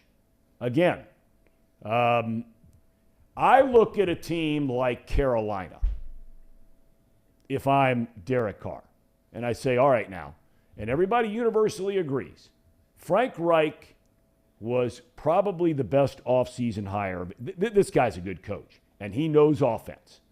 He knows offense. Now, he had that rotating quarterback carousel thing going on there in Indy the last couple of years after, Andrew Luck retired. But if I'm sitting there looking at these teams, Jets, another defensive-minded head coach, Yep. right? Now, they got weapons. There's no doubt about that. I mean, you got Garrett Wilson and, all these guys running around. Carolina's got some pretty good offensive weapons. Can catch a ball. So I would look at those 2 teams. I'd really be looking hard at Carolina if I were him. But maybe the Jets thing, they have a better chance to win. They have a championship level, they believe, defense. They brought in Nathaniel Hackett to be the offensive coordinator. That's why a lot of people have sort of linked Aaron Rodgers to the Jets because of that relationship when Hackett was with Rodgers in Green Bay. And then there's Jimmy Garoppolo. All the guy does is win games. Jimmy G. Yeah, I mean, The Raiders. The Raiders, I don't know about that. I don't know if the Raiders are a good fit for him. It would definitely be interesting to see him with all the weapons there. Well, and Josh McDaniels, remember now, he was the offensive coordinator in New England, right? Where Garoppolo has spent, even to this day, a large portion of his career Backing up. Yeah, it makes sense. It would make sense for him to go to the Raiders. I think, again, it makes more sense for him to go to a similar situation that he was in with San Francisco and go to a team that's more defensive sound. Yep. Someone that, he's a game manager. And I think the perfect fit for him, I'm going to actually say, is the Jets in that case. If we're going on my list versus the list on The Athletic, I'm pretty much just changing a few different places for these quarterbacks. I got Derek Carr, Tampa Bay probably. I got Jimmy going to the Jets. That makes more sense for me in my mind. They're an up-and-coming offense with Garrett Wilson. They've got a sound running back. He tore his ACL, I think. Though. And they say there's a lot of talk. The something. Jets are going to draft, if they can, they're going to draft Jackson Smith and Jigba. Go get another weapon. Yeah. Not coming to Cincinnati? It's looking more and more like he's not going to be around. I tell you, to me, I think he's the most fascinating guy in the whole draft. I thought he should have come back and played another year of college. But that's not me. When you miss the whole year, Now, Jamar Chase missed the whole year, but for a different reason, right? Yeah, he just wanted to sit out and not get hurt. Right. So, I mean, look, is it possible these guys come back and all that kind of thing? But, and they're talking about now, he was like looking at late first round. Now, all of a sudden, a lot of the mock drafts have him moving up into the 18, 19 range. and the Bengals are at 28. It's a roll of the dice, in my opinion, just because you don't know. Now, the Combine, we're going to find out. It's hard to believe. I think the Combine's next week. Next week? I thought it was in March. But I thought I read it was next week. I'll double check. Yeah, it's February 28th. It's okay. So it's a little over a week away, right? Week It'll from be tomorrow. a week tomorrow. Yeah.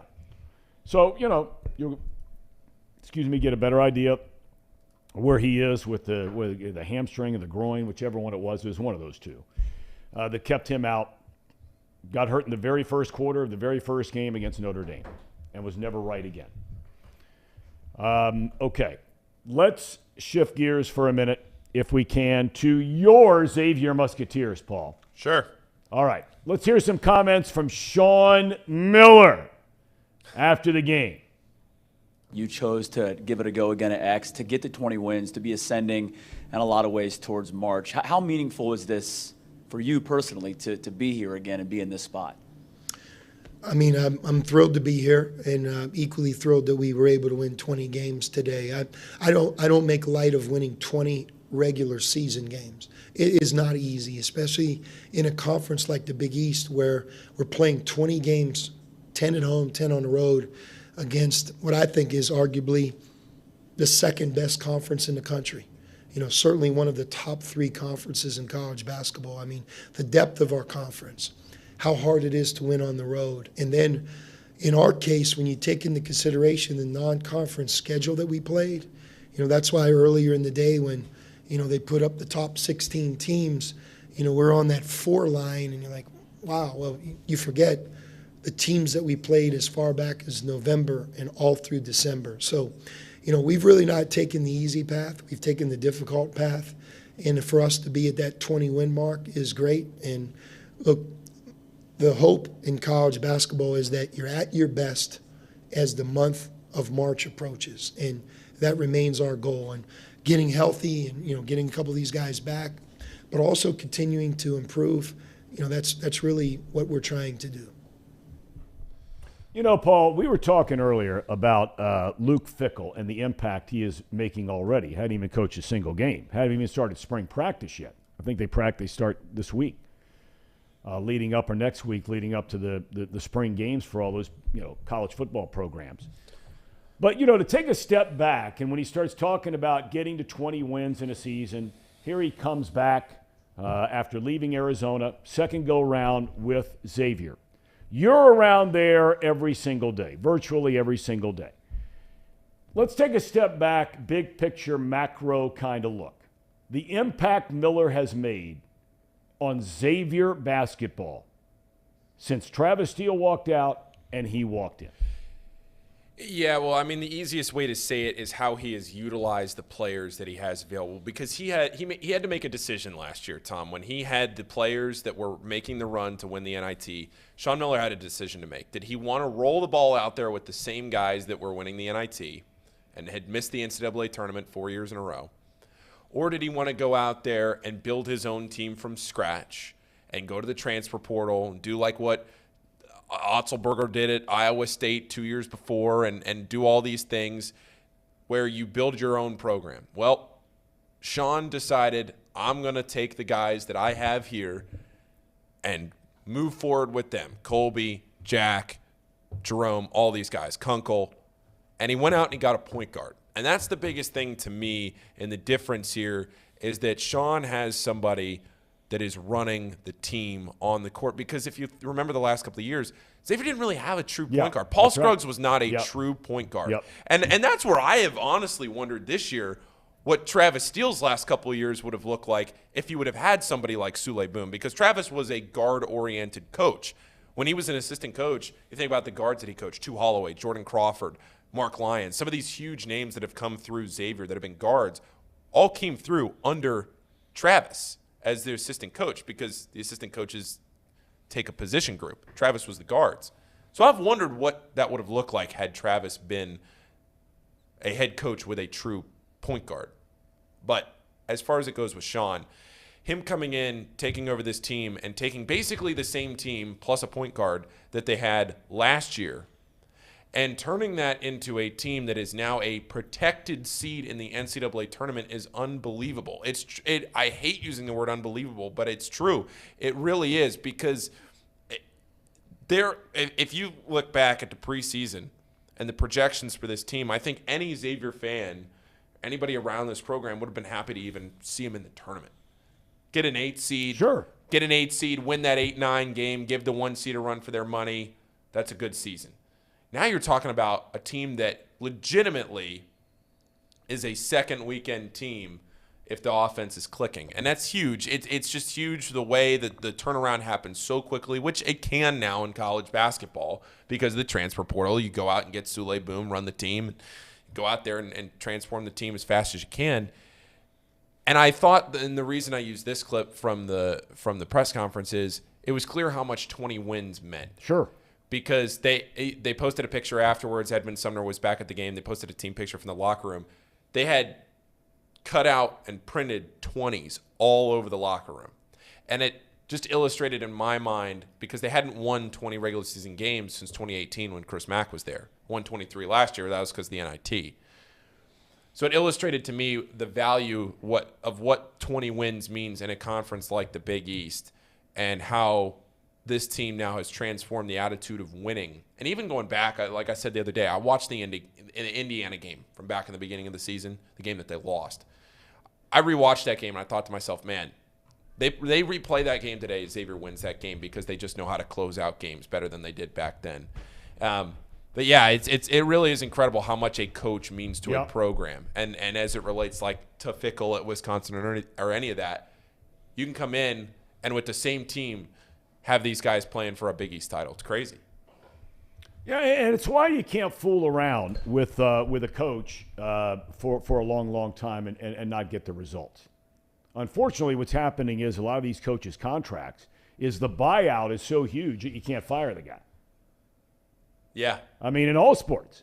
I mean, some of these college football buyouts of some of these programs is just unbelievable, the amount of money. Whereas, I mean, look, I'm not sitting here beating up Travis Steele, but I think we all knew after about, how many years is he there for? 4 years. I mean, you knew after 2. It's not going to work. It's not going to work. And you can be the biggest Xavier fan in the world, and for whatever reason, and he's not the only reason, but it wasn't going to work. And Miller walks in the door with basically the same group of players, except for Boom, as you talked about. Yep. And you see the difference. That's a huge difference. And you see the difference it makes. All right, we only got about – go ahead. Well, I was just going to make the last point as it relates to college sports on a whole. That's why I think college basketball now, you shouldn't be as scared to fire a coach as maybe you were 5 or 6 years ago. Because back, say, 2014, you wanted to fire your coach, you were scared to death that you were going to miss on the next hire or that it was going to reset the program or whatever. You can hire a good coach now and be competing for a second weekend that year because of the transfer portal, which is basically free agency. No doubt. So all of these coaches all of these schools rather, that, we're teetering on a buyout. Do we hire the right guy? Do we fire this guy? What do we do? You don't have to be scared anymore as long as you hire the right guy, because in college sports, it's all about that. Well, and that's the one thing, Xavier, and I've said it before. I've said it 10 million times. No school has done a better job. Travis Steele was the first miss, if you will. Yeah. Okay, first miss that they've ever had in the history of the program. Mind-boggling. Yep. The coaches they went out and hired. Now, Miller's not going to count on this deal for the second time because he was already an established guy. It was the other guys who weren't there yet. Going back from the Bob Stacks, the Pete Gillens, the Skip Prossers, on and on. Chris Mack. Yep. On and on and on and on. The last thing I want to get to here, and we got about 10 minutes left, and we're going to get to your guys' locks of the day. Although all I hear about is you guys whining about your losses. So I don't know how well we're doing on these locks of a day. We were 0 for 2 the first day. Well, and then we went 1-1 the next day. Okay, so we're 1 and 3. I'm 8-1 in my last 9 college basketball picks. So you're on a roll again. Well, see, but I'm just not. I started saving my money, didn't start betting on them, and then, of course, my picks started winning. So, yeah. I want to shift gears really quickly, and we're going to have all the time in the world throughout this baseball season to discuss this, but because it's timely, Joey Votto always has some very interesting things to say. Smart guy, some depth to everything he has to say. And he was asked about all the criticism of the Reds franchise. And he said yesterday when he reported, "We deserve it. We have to play better. A failure of ours to leave such a supportive fan base dissatisfied. We are aware of it. The cynicism is completely justified." Now that is refreshing as it gets. A guy who knows. I mean, he's not tone deaf. He knows what's going on with his franchise in his city that he has called home basically since 06, 07. Spent his entire career in the Reds organization. He's seen them have some good teams, more times than not, some not so good teams. I don't know if the fan base has ever been where it is right now, though, as far as its cynicism, skepticism, disenfranchised, whatever it might be. And Votto, Casey, you coming into the baseball world now officially here in 2023. Refreshing comments, I thought, by Votto. Yeah. I think he was just saying the truth, honestly. That's all it really boiled down to, right? Paul, you're okay with him coming out saying this, right? Sure. Because you're a big baseball guy. Yeah. Yeah, I always appreciate honesty. That's the thing, right? Anybody, when you want to come out here, you want to say something, you don't want to hear the cliches. You don't want to hear people talking down to you. You don't want to be made to feel dumb when there's an elephant in the room that everybody else knows. And that's why I appreciate comments like that. Now, this is the final year of that 10-year deal he signed in 2012. We've asked Joey Votto on the program numerous times. He's politely declined. So whether we're ever going to hear from him on Off the Bench, I have no idea. I hope we do. We'd love to have him. But there is a $20 million option on a contract next year. There's a $7 million buyout if they decline the option. So no matter what, at the end of this year, the Reds are going to have to pay Joey Votto $7 million. Unless, Votto goes to the team and says, look, I know there's no way you're picking up a $20 million option, right? And for me to leave and walk out the door, it's going to cost $7 million. Why don't we just call my salary $7, $8, $9 million if he wants to come back here and continue on with the Reds, perhaps in a different sort of role. I mean, it's very clear that Tyler Stevenson is going to see more and more time at first base this year, not nearly as much time behind the plate. He'll also be primarily used, it looks like, as a DH. Votto will be the DH on a lot of days where Stevenson gets to start at first base. Do you guys think, Paul, I'll start with you. Do you believe this is Joey Votto's final year in a Reds uniform? No, I don't think so. I think he'll be back. Really? No, I don't think so. I shouldn't say that as strong. That came off pretty strong. I just – are you saying that his final year in a Reds uniform is in he would retire or that he would go somewhere else? No, I think he wants to continue to play because I think he believes if he can come back healthy from very serious injury.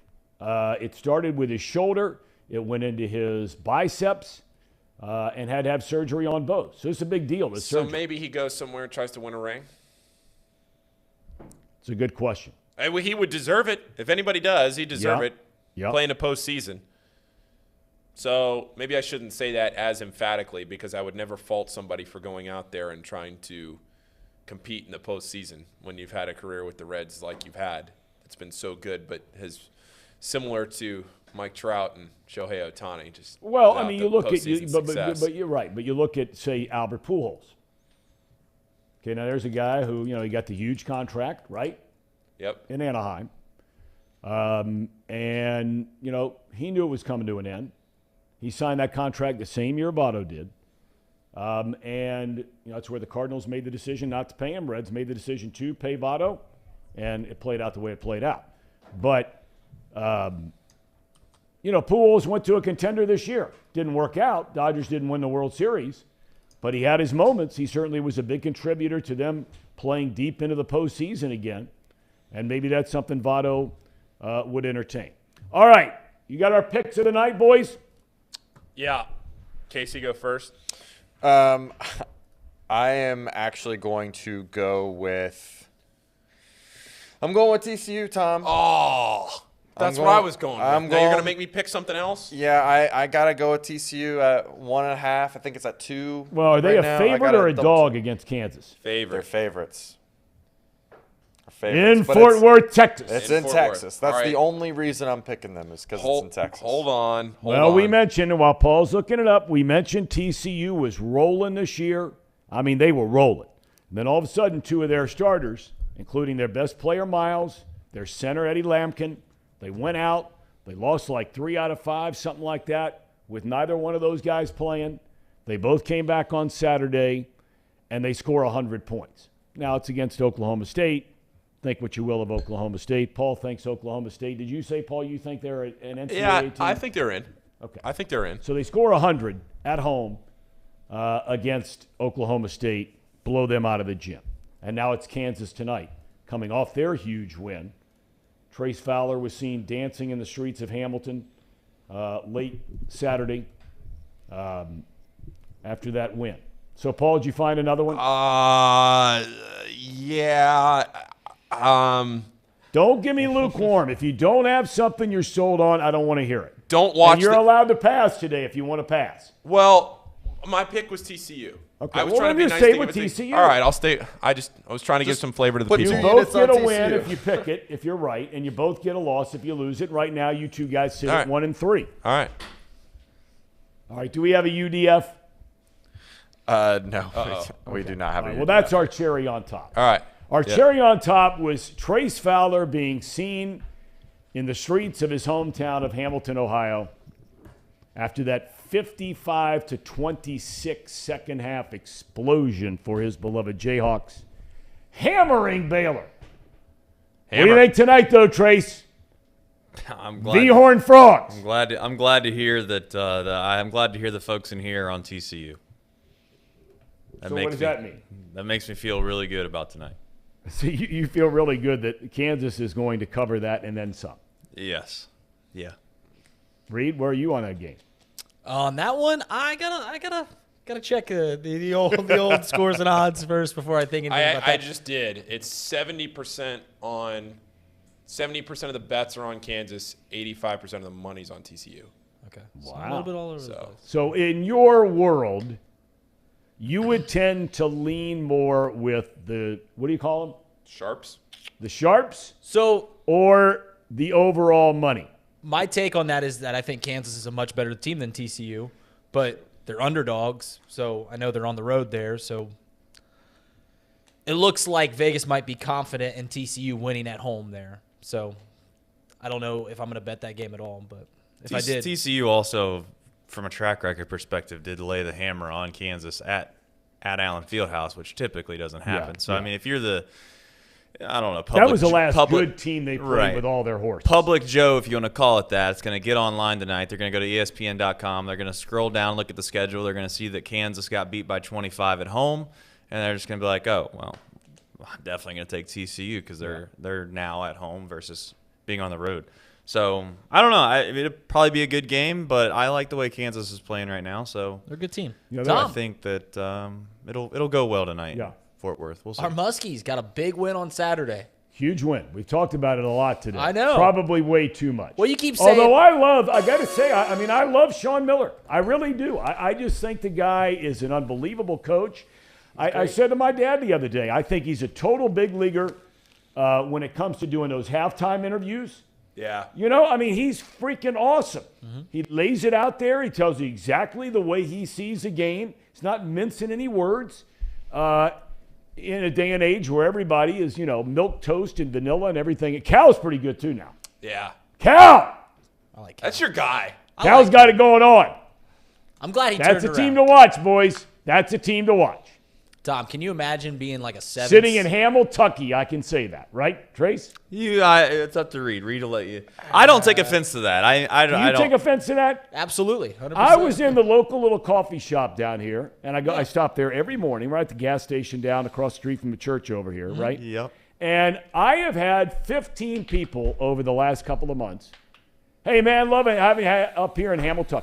See, they're from Hamilton, though. We're allowed to say that amongst. Oh, okay, all right. Right. All right, this is teaching Tom. That's fair. Right. I don't know why anybody would take offense to that anyway. What's the big deal? It's a derogatory term that I don't use it that way. We have tried to take claim in Hamilton. I don't feel that way, but I can understand how people. I do, yes, but I also feel like it can be viewed as however you'd like to view it as. I mean, the truth is, most of this region, if we're being frank, migrated from Kentucky. That's exactly right. Because they're looking for better opportunities. That's why better I never jobs. thought of it in any form or fashion using it in a derogatory manner. I never have thought that. Right. But now that I hear your point of view, I respect that. And I will not use that again as a non-Hamilton resident. Right. I've heard people use it derogatorily towards Hamilton, which is what kind of rubs me the wrong way sometimes. So. Okay. I think, it all depends on how it comes off from other people. But I don't think that saying that I'm from Kentucky, which I'm not, but if you want to say it's Hamiltucky, I would say that's the vast majority of Cincinnati. So I don't find it offensive. Okay. And maybe it's a beautiful day in Hamilton, Ohio. There you go. Fair enough. Fair enough? Fair enough. Okay. So if I Sean offended Miller is a big anybody league on coach, that deal, I am very, very sorry. I did not mean it. You don't need We're not doing this. You don't need to apologize. And you know who else doesn't need to apologize? Tiger Woods. You want to talk about that? What are we doing in this world? That is hilarious. Substack.com and look up the morning line, okay? Paul Daugherty admittedly is, very much on the liberal side of the woke world kind of thing, if you will, but even he had some unbelievable examples of writers out there that have just lost their mind over this Tiger Woods. It's an old school, just boys sort of joke, right? Right. Yeah. And I mean, is this where we are now? It is wild. I agree. And it's 100%. Like all you're doing is essentially I guess I could understand a little bit of the logic of why that would be.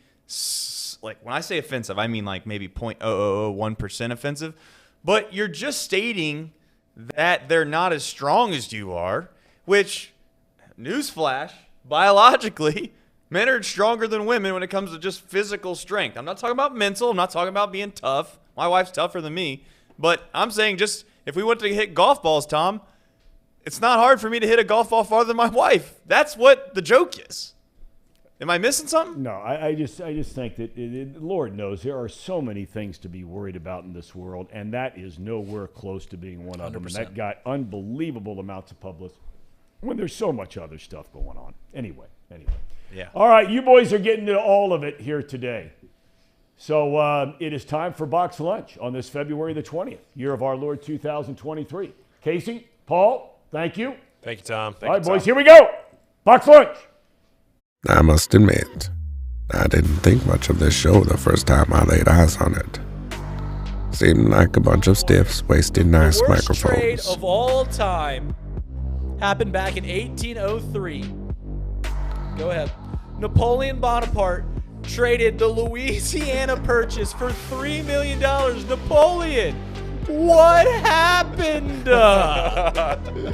Half the country for $3 million. You can't even get Tucker Barnhart for $3 million. Then I came to realize these guys are funny. And Justin Fields have identical stats the last 5 weeks about throwing the football. This guy, okay, and folks, are is a some fidget of the best spinner. gamblers I've come to know. If you're betting on USC and or TCU, let it be known you are a square. TCU is going to hammer this team tomorrow night. I hate to hear that. Tomorrow when we come back afternoon. in here on Monday, you're going to be happy as a lark because USC lost, but you're going to be wrong about TCU. Get ready for the most useless hour of your day. It's time for Boxed Lunch, presented by Betfred Sportsbook. Now, Casey, run that track.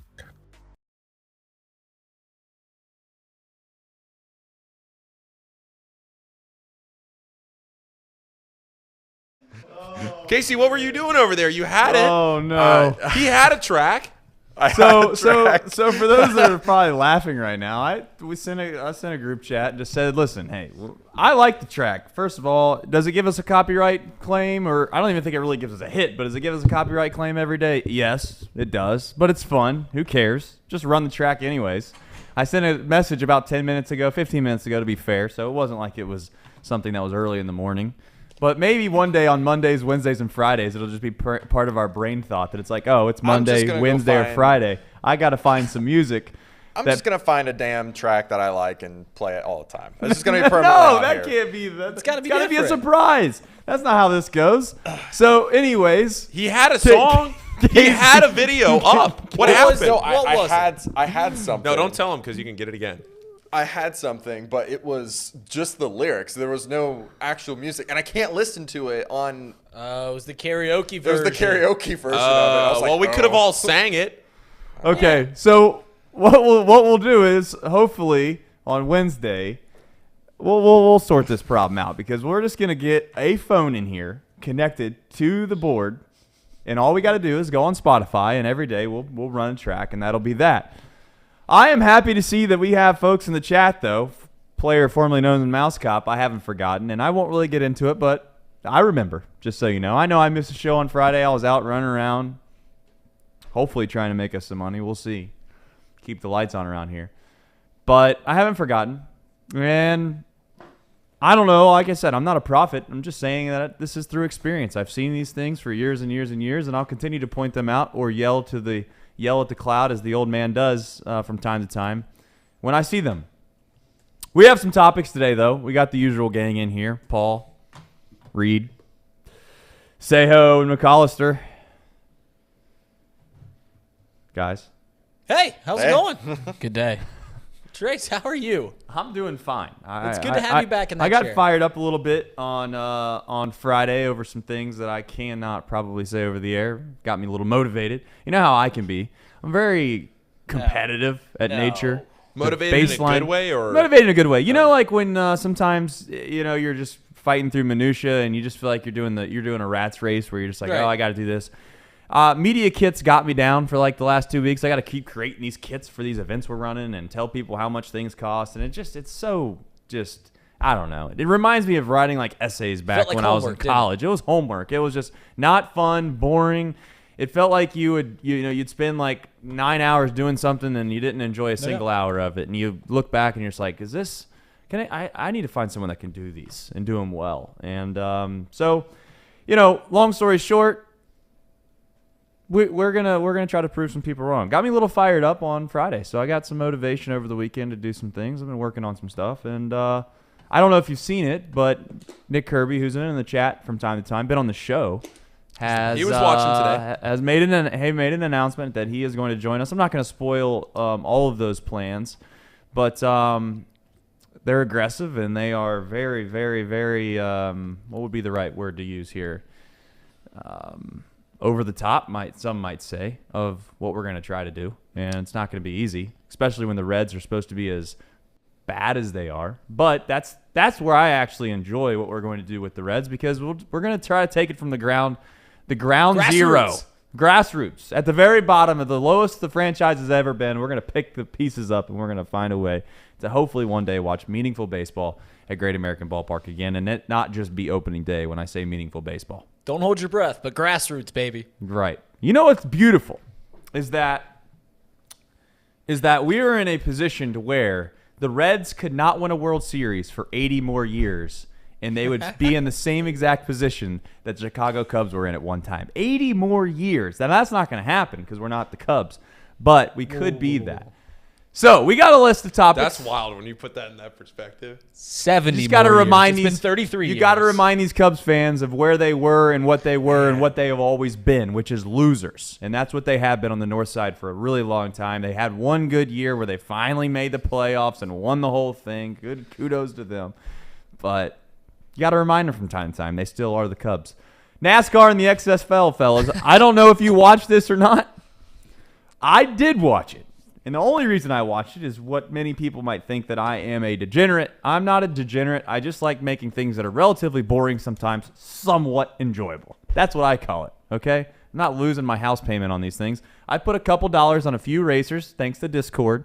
The Discord, by the way, I'm going to be on your guy Schmaltzy because he's giving out picks on Not Too Picky, but then in the Discord, he's got 4 or 5 other drivers he lists in the Discord, and not one of them is Stenhouse Jr. If he gave out Stenhouse Jr. on this show and didn't give it in the Discord, I would have picked him in the Discord because I didn't catch the show. I was running around being busy. And yeah, was he hedging his bets here, guys? No, in fact, I have a screenshot which I thought I put into you guys, and I realized I didn't. I put it in my other gambling group chat. Stenhouse was the first pick. I said, give me 2 picks, and then I had to do a game yesterday, and I didn't get him in. Hey, I said, give me 2 picks, and he gave Stenhouse and one other one. He was like, here, one long shot and one favorite. Man. It was one of them. See, Plus we 3,000 when he gave it to me. We give the real winners on Not Too Picky. It's like it's exclusive content. You got to watch Not Too Picky for the real Not behind winners. a paywall, but you still got to watch it. So, I don't know, are any of you, we'll go to this table over here, are you guys stock car people at all? I mean, when I say, I'm not expecting you to watch every race, but I mean, are you relatively interested in NASCAR at all, or no? Do you want the long or short answer? How about the middle? Can we negotiate? Not at all. Don't care. It's not. Is it a sport? Is it not? I think it's very fun Casey, to go to. I think it's safe to say you probably don't watch a whole lot of stock car Going racing. to a NASCAR race is really fun. I've covered a couple at Kentucky. Yeah. It's fun to go, see an experience, but people can compare it to I'm sure NASCAR fans compare it to baseball when I make this analogy. It's just hard to watch. Yeah, the only time I actually cared about it was because it was all work related. I went on somewhat of a business trip with me and my fiance. We went to go visit her uncle, who was one of the drivers. No, he was one of the technical directors for Fox. Oh, so he was just kind of showing me around, saying like, "Here's some people you want to talk to. Here's some routes that you can take to get in this business." Ever since then, I've not laid eyes on a NASCAR race. So when you were there, did you find any of it interesting? Being there, I was in the middle. Like infield is what they call that. Yeah, infield. I could look into the dugouts, or I don't know what you want. I don't know. The pits. The pit. Yeah. The pits. Well, dugouts. It's all right. Keep going. This is great content. Let's keep it going. Good stuff. This is great. And the pits were actually pretty fun to watch. And like the being in the middle, like it's just constant loudness the entire time. It was just that was very kind loud. of fun. Yeah, but it was a good time. I mean, when you're in the middle, It's like a social event. Yep. It's fun to go to. It's a party. Yeah. Not really. Yeah, the middle part has like all these different stalls. It's called the infield. The infield. Sorry, I couldn't. That's where we got him tripped up. We called it the infield, and then he's started like, saying baseball terms. Dugout. Yeah. But the infield has like a bunch of different stalls that aren't on the outside for people to like get concessions and whatnot, and that part was pretty neat too. But it was a good time. Casey, you're just trying to get your nachos and get out of there. He loves some snacks. Get a couple beers and get on out of there. So NASCAR is one of those sports that it's incredibly difficult for a person that doesn't watch NASCAR religiously to try to, be entertained by. There's so many nuances that I feel like that I don't even understand, and I've watched NASCAR enough to where you start to kind of catch along with some of the lingo. For a sport to have the Super Bowl that it does with the Daytona 500, I don't know how you fix it. I don't think you can fix it. As me and Reed have said in this office many, many times, I don't know if we've ever said it on this show. For someone to sit there and watch the end of that Daytona 500 and be like, well, they need to figure this out to where it's you got to have an end of the race that's exciting, and if a caution happens, you got to find a way. I've gave it a little bit of thought last night, but then I was like, you know what? Someone a lot smarter than me that cares a lot more about this sport has given this an incredible amount of thought, and I don't have anything to add to it. So I think it's just an unfortunate set of circumstances that yesterday that the end of the race happened the way that it happened. And I don't know how you fix it. I don't think you can fix it, fellas. It's just one of those things where there was an accident on essentially the last lap. NASCAR's made the decision now to where as soon as the wreck happens, it's whoever the leader is, they just win the race. It ended on a caution? There wasn't the restart or anything? Well, they tried to do a restart, and people in the chat are going to know a hell of a lot more than this than me because I am a very casual when it comes to NASCAR. But the way that it ended was on a wreck, and they try to do this overtime is what they call like it. A 3-lap. 2 laps. 2 lap. Okay. See, So, I know a little bit. No. Yeah, so 2 laps, and I believe it's basically a white checkered is what they call it. I could be completely off on this. I don't want to go too far into the weeds on this, but long Come on, story you're short, from Hamilton. You know NASCAR. See, that's what I'm talking about. You see that right there? See? This is what we're getting at. That's what we're getting at. These guys from the east side. He's think from that the west side. I'm from the That's west not side. making any sense. I'm from the west side, moved to the east side, now work in Hamilton, so Right. I'm all over. Hey, See how that happens? I love Hamilton. You're from the west side. I've You're grown to punching love down. Hamilton. I said Hamiltucky growing up, and I don't anymore because of Reed Mouse and Hamilton and working here. It's fun. There you go. He saved himself really quickly on that hill. Politician. XFL. NASCAR, the only thing I have for it is I watched the race. Something hilarious happened in my household that I genuinely was belly laughing for 3 minutes on. I don't know if I'm a good father or bad father for doing this, but I had my 2 sons, 7 and 10 years old. I was trying to give them something enjoyable to do, and I figured, you know what? They're going to probably think the NASCAR thing's relatively cool. They're not going to want to watch all 500 miles of this thing. But I said, hey, guys, you guys pick a racer. Each racer, here's the list of names of all the people. I said, you pick a racer, you pick a racer. If your person wins, I'll give you $25, right? Like, you know, that's kind of like it's your birthday. Maybe that's bad because I don't know. Maybe that's forming some habitual habit of responsible gambling. Hopefully it's responsible. If it's not responsible, then I'll be a bad father. But nonetheless, it led to what was one of the most funniest I don't even know what the right word is to use. My son had Kyle Larson, and if you don't know, he's the number 5 car. So my son just knows he's the number 5 car. He doesn't know the name. He could care less about nothing else. He just wants number 5 to win because he knows he wins $25. Not that it's life altering for that guy in his career or anything like that. Or those cars, if they get a flat tire, it's probably like $400,000 to fix or nothing like that. He cared about his $25. And my man was literally on the inside. First or second place, but he was on the inside of the track, ends up getting stalled behind a little bit. I don't know. You might be able to pull this up by the end of the show. And my man just goes face first right into the wall on the second to last lap. And you just see my son who was cheering his heart out, thinking he was going to win this $25. To see it get ripped away right in front of his face was one of the funniest things that I've seen in at least the last few months. It was hilarious just the way it was. I mean, did you say it was Grayson or Grayson, 7-year-old. Pure joy to just complete defeat. Sounds like us watching college basketball or Yep. I said, son, that's how it works. It's tough. But nonetheless, XFL, I didn't watch maybe more than 2 or 3 snaps of it. Doesn't mean that I won't watch it. It just meant that when there was college basketball on and Daytona, and I know I'm a loser for wanting to somewhat watch the NBA All-Star game, I didn't watch any of the XFL. I've heard it's okay. Your overall thoughts on what your impression of the league is and whether or not you think it's going to stick. Just immediately gut reaction. In 2 years, XFL around or not? Go. No. I did not even know it started this weekend, I'll be honest. I don't even know what their end game is. Like, and I know it's to make money, but like I don't understand how that happens. Are they trying to sell tickets at these games? Are they just trying to get enough viewership to where they sell advertising? Like, I don't know what a successful XFL product looks like.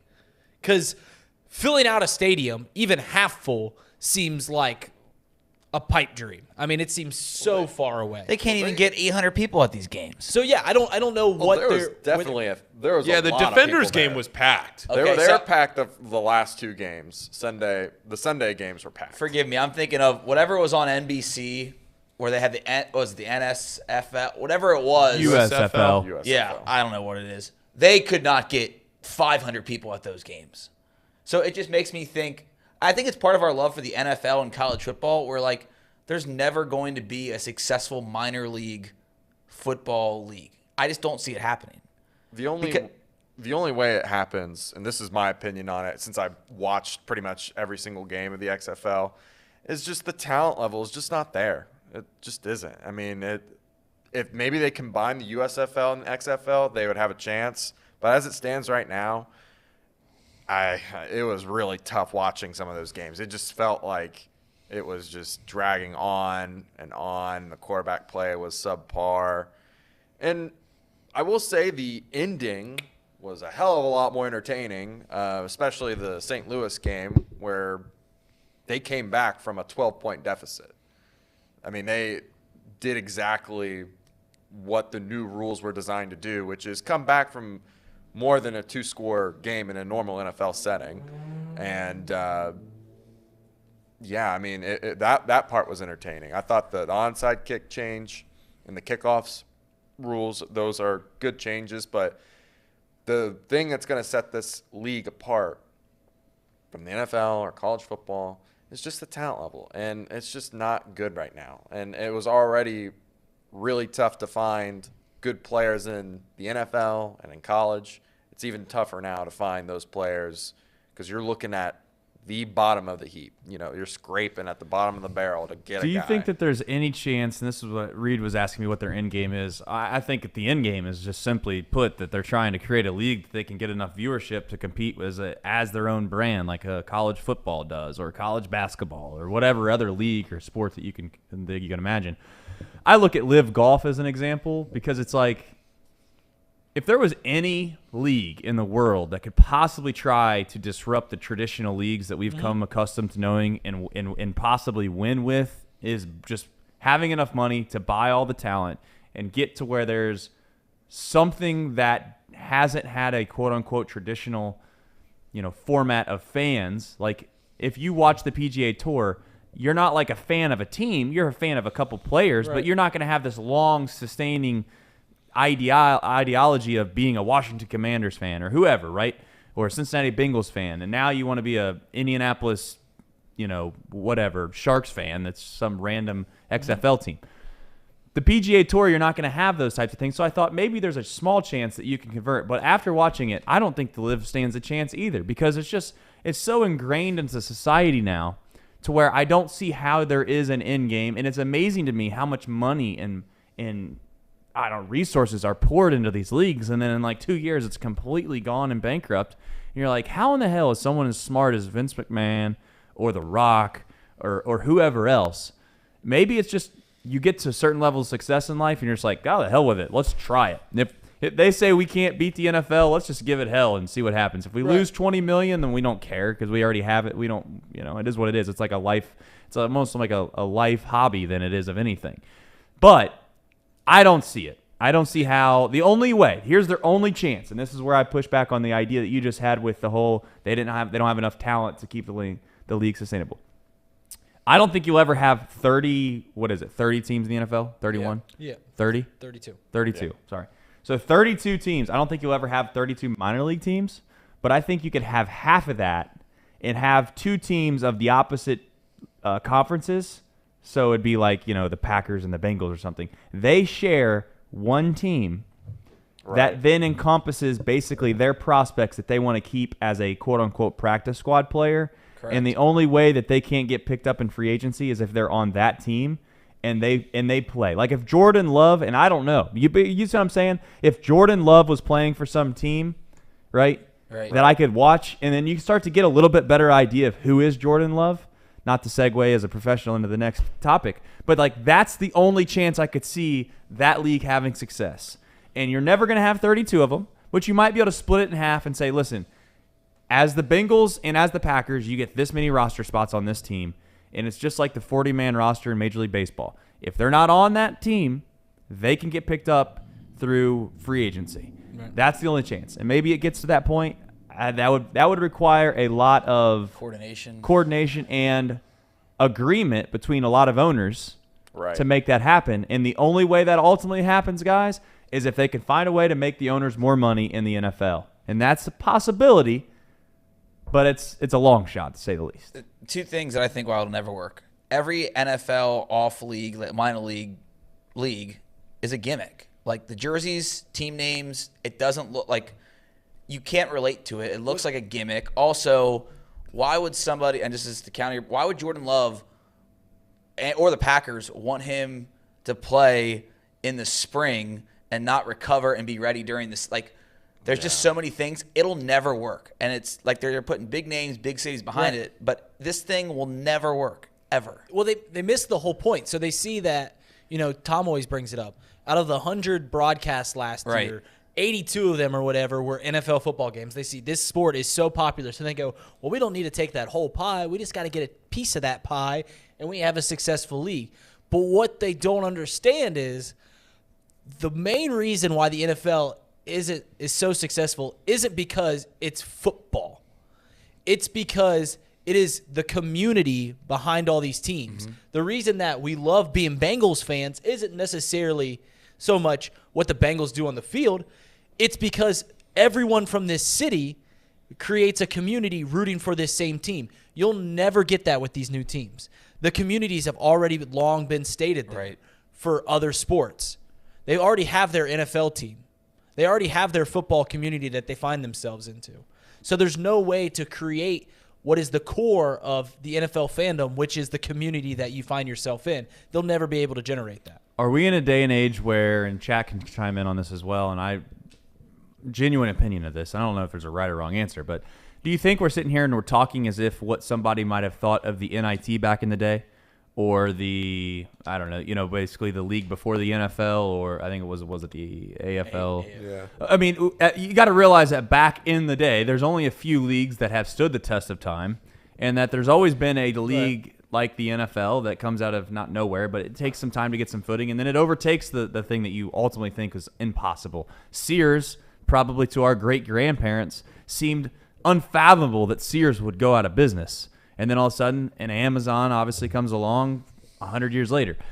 The NFL will probably live on forever, but is there any chance that the league itself gets so inundated with their rules, and it almost feels like football, which you came to love, becomes null void because of corporate sponsorships and all these things where you can't have head trauma? I'm just throwing out the hypothetical idea that we'd probably be dead, or we're going to be close to dead. But at some point, there's a chance to where these things would shift, the paradigm would shift, because as we've talked about before, the NCAA tournament was the stepchild to the NIT, and now it's just laughed upon that was ever a thing. Well, the way that the NFL, the reason that the NFL I can't see ever losing its footing is because it is so quick to change. It is so good at changing on the move. You mentioned Sears, for instance. They didn't change. Right. When the world was changing, Sears didn't change. When all these things fall that were once giants, it's because they refuse to change. The NFL has never been afraid of that. So the NFL has that they are incredibly mobile in the way that they run their league. And that's why I genuinely think that these other leagues won't make it. All right. I have a quick question. This is going to be a little off the topics here. What's going to happen first? Expansion teams across the border, across the United States, or the XFL working? Oh, Are we expansion see teams expansion? Easy. There'll be a team in London before anyone cares about the XFL. Well, then I would argue that there's hope then for the XFL to work, because in order for you to even have a base in England, you got to have a football league there. And whether it's connected to the NFL or not is the question. I don't know. You're saying there'd be an XFL team in London too? No, he's saying there's a he's trying to suggest that, and the only way to have which we could argue about this for days, is that he's saying that there needs to be a league inside of London that is outside, whether it's associated with the NFL or not. Yeah, it's still going to be a league in London. Like there's a Canadian league, like that. There's a league that exists out there that players occasionally do funnel their way to the NFL, but Right. I don't know if it'll be an NFL-based thing like the XFL is. XFL is connected to the NFL. Right. Well, Reed, you brought it up, and I'm just looking at the teams that are in the XFL. Arlington, D.C., Houston, Seattle, Vegas. Already have teams.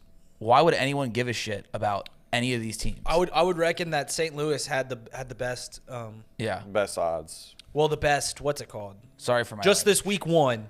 What's the word? Best attendance. Attendance. They had the best attendance. I would almost guarantee or whatever. Well, and then what's the other league? I forgot it already. That USFL. Let's help you out with this. It's the United States Football League, so it's just US, and then think of Thank the you. NFL, FL. Well, they had their teams in the South, in Birmingham, and other cities like that. The point that I brought up earlier of the NFL and college football having the monopoly over football fans, why would any Alabama fan care about a guy that's been, this is no offense to those players, but has been cut from practice squad 6 times, and he's playing for the USFL team in Birmingham. They're not going to. When they invest, because these college teams have just as passionate, if not more passionate, fan bases So, like, there's just no winning in it, I don't think. The only chance. It's only got one chance, and that chance is you just asked me why would the Packers want Jordan Love to play in the spring or whatever. Well, if the season's not 16 weeks, let's say the season's only like 8 weeks, and then there's like a little 3-week window of a playoff. I think there's a chance where there's teams that are going to be forced to have to play their guys in those leagues because if they're not on that roster or they don't play, then somehow the NFL, it's called money. The NFL is going to force those teams to have to put their guys in that league, and if it makes money, then the owners aren't going to care about whether or not Jordan Love gets hurt. If they're making enough money, they don't care. It's just like they don't care. I mean, I'm not trying to be too cynical here, but I mean, if you promised Mike Brown was going to make a $50 billion, which is not realistic, I don't think he cares about anybody on his team getting hurt or not hurt to a certain extent. At some point, there is a crossover between some owners caring about their team on the field, money's number one. like a Mark Cuban with the Mavericks. He does care about winning, but 9 times out of 10, 95% of these owners, they do care about whatever that team brings in, and that's pretty much it at the end of the day. Turning profit. Packers fan, you put on here, this is a read topic. Packer fan on Aaron. So, yeah. So, obviously, Tom had the guest on. What was his name? Bill Michaels? Bill Michaels. Yeah. Bill Michaels, I thought he was fantastic. He gave a Wisconsin perspective on the whole Aaron Rodgers Packers saga. And I want to know, he almost painted a picture that seemed like he was done as being a member of the media. And I know the media has always had a strained relationship with Aaron. But I want to know, are the fans just tired of Aaron? Are they tired of every year going like, is he going to come back? Is he not going to come back? I want him back. No, I don't want him back.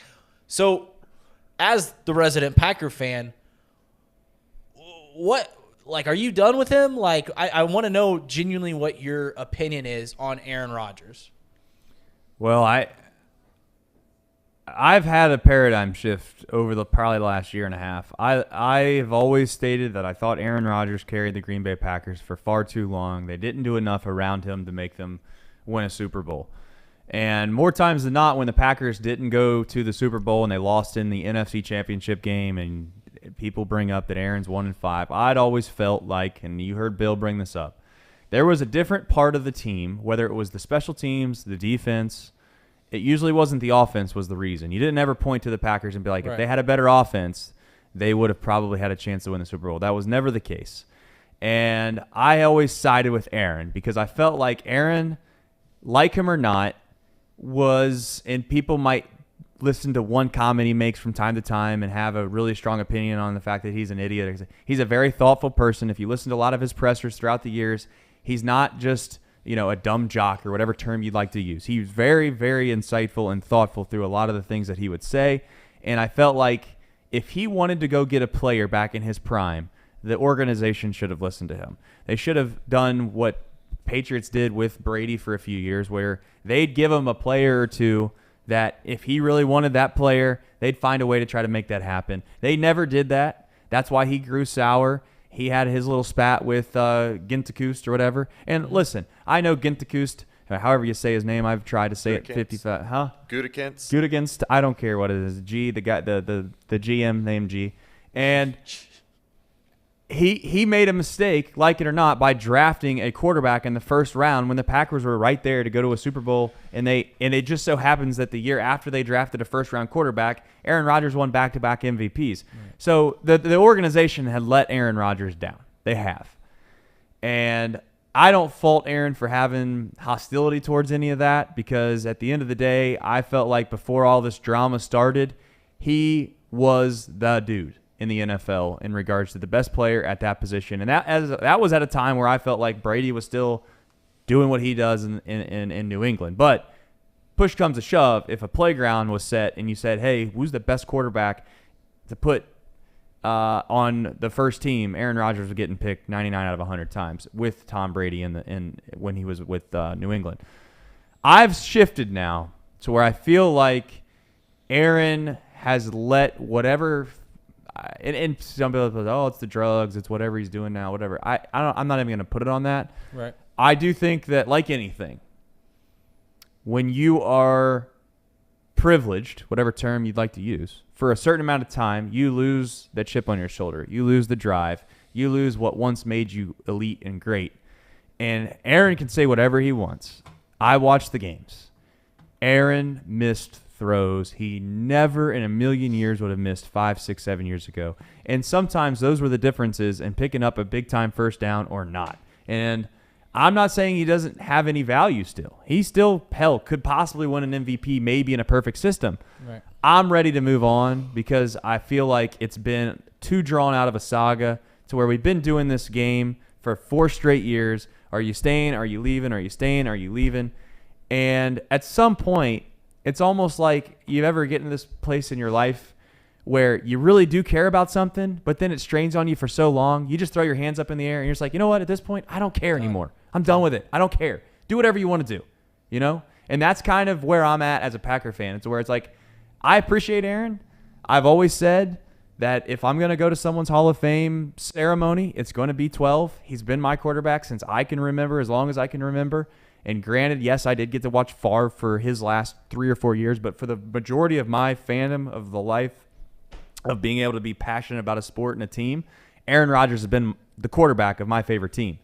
And for the most part, he's been unbelievable and given me a lot of moments of pure joy. It's the similar notion that if Joe Burrow, as a Bengals fan, for the next 12 years, 13 years, right, does what he's been doing the last 3, you're going to have this place in your heart no matter what he does, what he says. You're going to love him and appreciate him, and you can't take that away from me. Aaron Rodgers will always be one of my favorite players.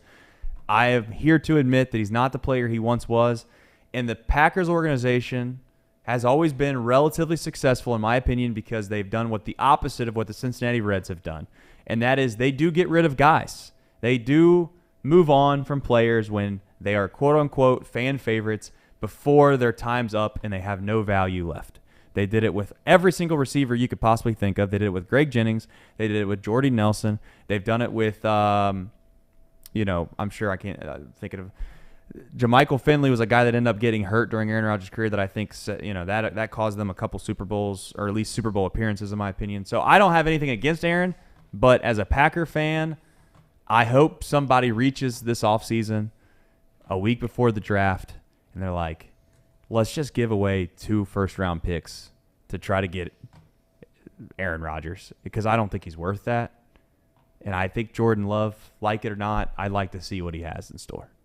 That's where I'm at. Yeah, it's summed up exactly what I thought, because if you're on the outside looking in, like most of us are, you can't even understand why this thing's still going on. Like, it's past 4 years, you're just constantly like, this will they, won't they thing with Aaron and the Packers, to where he has a bad year. Let's move on. Yeah. But he also, I haven't been a Packers fan, so I don't have all those memories of watching him. I don't have a place in my heart for Aaron Rodgers through the 12 years that he's been competitive there. Yeah. So from the outside looking in, it seems clear as day. It's tired, as Tom would say. It is. And this is my final point on it. As a Packer fan, I know this roster is nowhere near as good as it once was when Aaron Rodgers, when it was in his elite prime. And I just don't see how in the world, if Aaron comes back, it changes from what happened this past year. Nothing's going to change.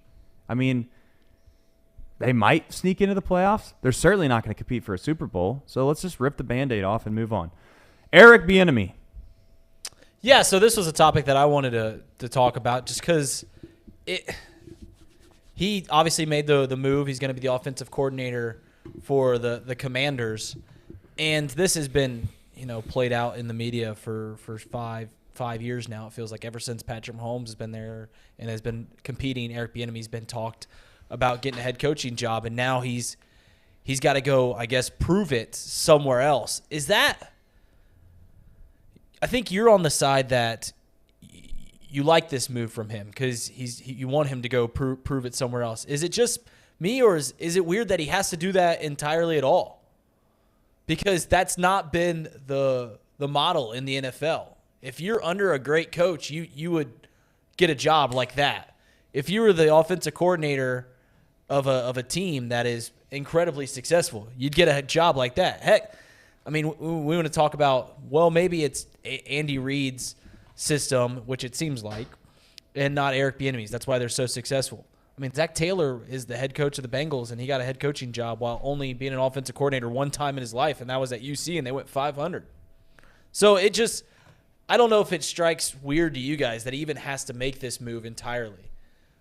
Because it seems like it's going to set his career back.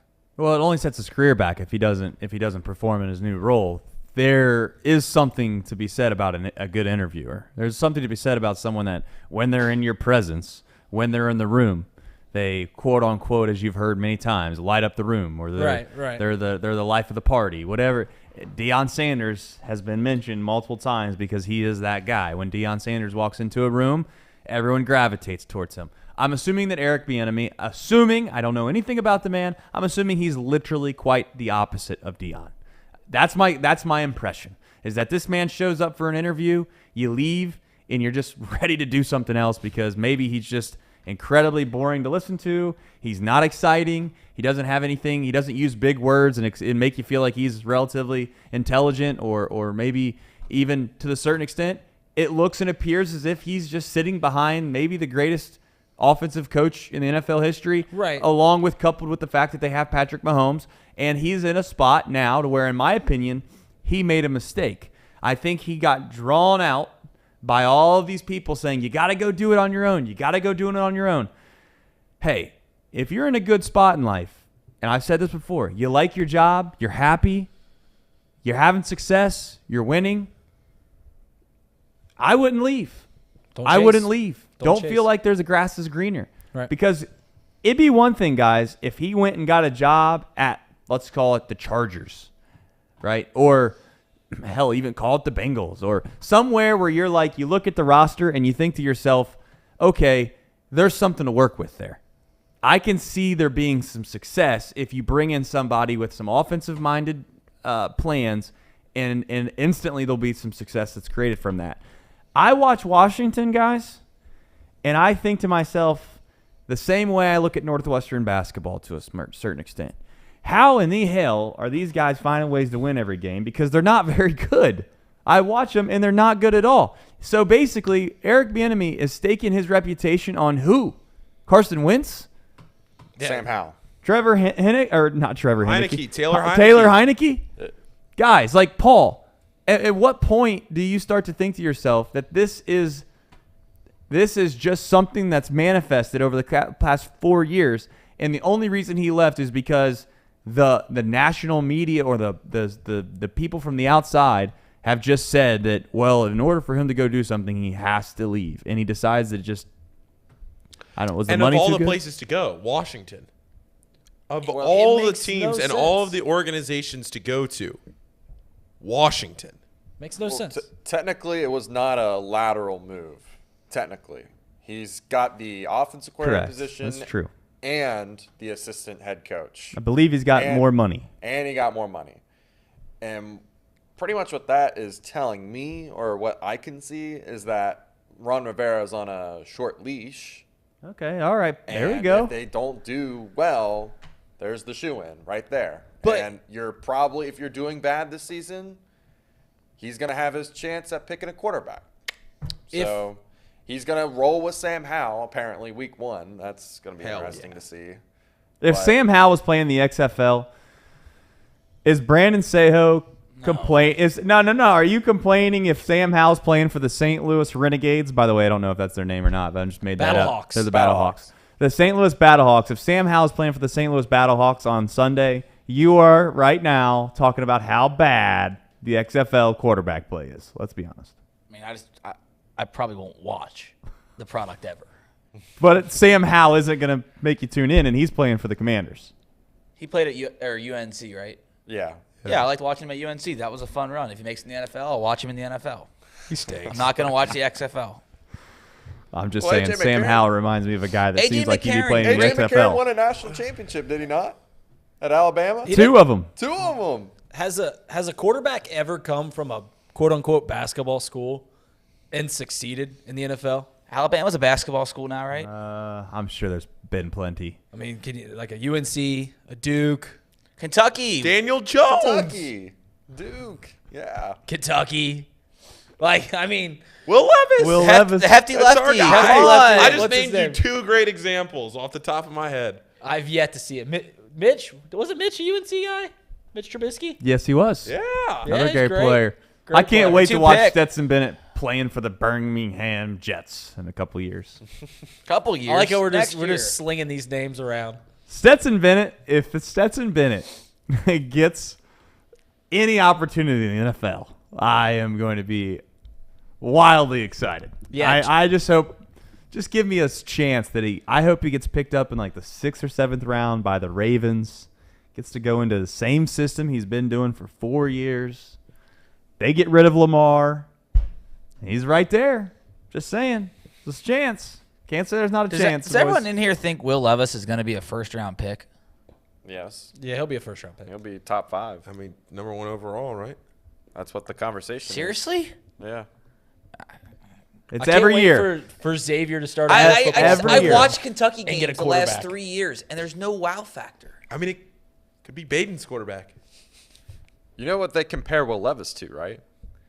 They compare him to like Josh Allen. They never know. Josh Allen. I Go hope look at Will Josh Levis is Allen. the best NFL quarterback he can be, but I just didn't see it at Kentucky. I thought that guy would get drafted, sure, but like I don't know, 3rd or 4th. I appreciate your justification there, Brandon. What? I hope he has the best career. Right, he does that. They're just kids. I hope they have a great career, but my golly, and then you say what you really mean. Has anyone ever looked like? Let me say something real nice about him before I just completely tear him down. Has anyone ever looked at Josh Allen's college stats? Playing in the Mountain West, this is his senior year stats before he became a top, what was he, 11th overall pick, 10th overall pick, whatever. Yeah, something like that. 1,800 yards passing. Yep. 16 touchdowns, 6 interceptions. Completed 55% of his passes. And he was top 11, which is crazy because it's just going to keep giving fuel for these GMs to draft these big, very talented quarterbacks like Will Levis that fits the bill. I got another one for you. Every year we do this. They reach. You Zach watch Wilson. these guys play in college, and you're like, are they really good? I mean, they don't look good.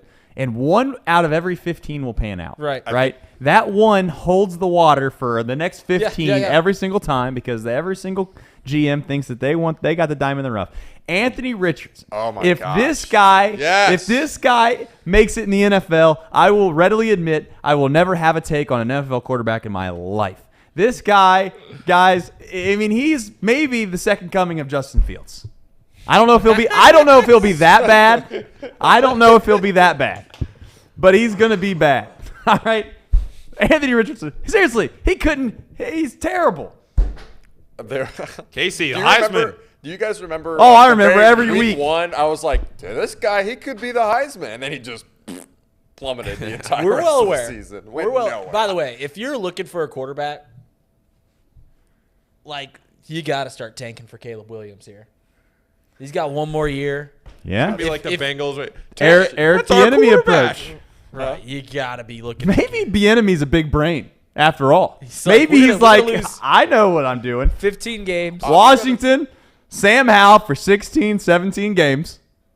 But we're going to find a way to get Caleb Williams, and then we'll see who the badass is. Right. Then we'll see if Mr. Mahomes can handle my guy. That's what he's doing. I could not imagine Caleb Williams in a Commanders jersey. Just doesn't sit right, but teaches him. Well, it's going to be Jeff Bezos. Maybe they'll go and change the True. The Amazon. You know what I just discovered? Will Levis, he's from a football powerhouse. When you think of football, where do you think? Number 1 place. Connecticut. He's from Connecticut. I mean, true. you think about good football, you think about Connecticut. That's true. Huskies. That's what. True. All right, Chris Holtman, we're transitioning directly into one bad stake into the next because Ohio State basketball is on the precipice of being one of the most overrated teams in the history of college athletics. And what I mean by that is I'm not saying they're the worst team that's ever played in college basketball, but I am saying there's a team that's never been more overvalued than the Ohio State Buckeyes. And you got to ask yourself, for a guy that was highly talented, came out of the gates hot, reminds you of that horse in a horse race that just comes right out of the gate, and they got basically a what would you call it? Basically a four horse race, and then all of a sudden one horse just starts to sending themselves outside of the pack, and they got like what do they call that? I should know this. Paul, you're going to know it. What do they call the distance between one horse to the next? It's like leg? A leg? A furlong? No. Like the the actual lengths? gap lead. Lengths. Yes, lengths. Yeah. So 4 lengths lead, Yeah. something like that. Yeah. All right, I butchered that. But anyway, it reminded me that Holtman was like, he's like out there. He's got a 4 lengths lead coming around turn 1, and right now we're in like the I don't want to say the third turn, and the wheels are starting to fall off. The jockey literally is hanging on by a thread. He's fired, Paul. Paul, he is fired next year if they have a down season, whatever you want to call it. I'm wondering if he gets out. Like, I was kind of throwing that around earlier in this losing streak, kind of as a joke, but now that it's gotten as bad as it is, I'm wondering if he does get out, given how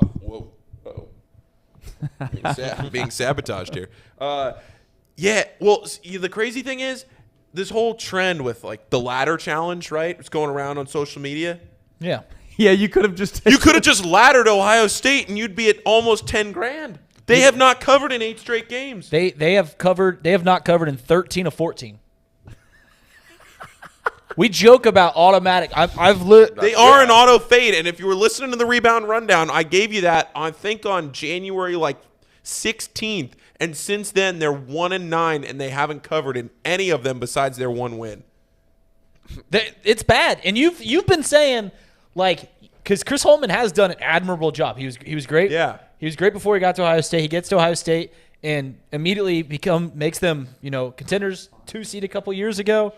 But man, you can't. This aggression cannot stand, man. They're terrible. Well, and the other thing too with Chris Holtman is he has had good regular seasons, but he's only made 1 Sweet 16, and that was at Butler back in 2017. So I'm looking at what he's done at Ohio State.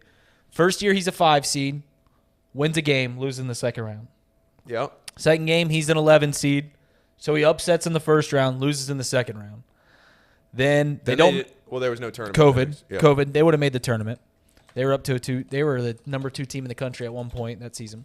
But 2021, they're the 2 seed, get upset, and then last year they lose in the second round as well.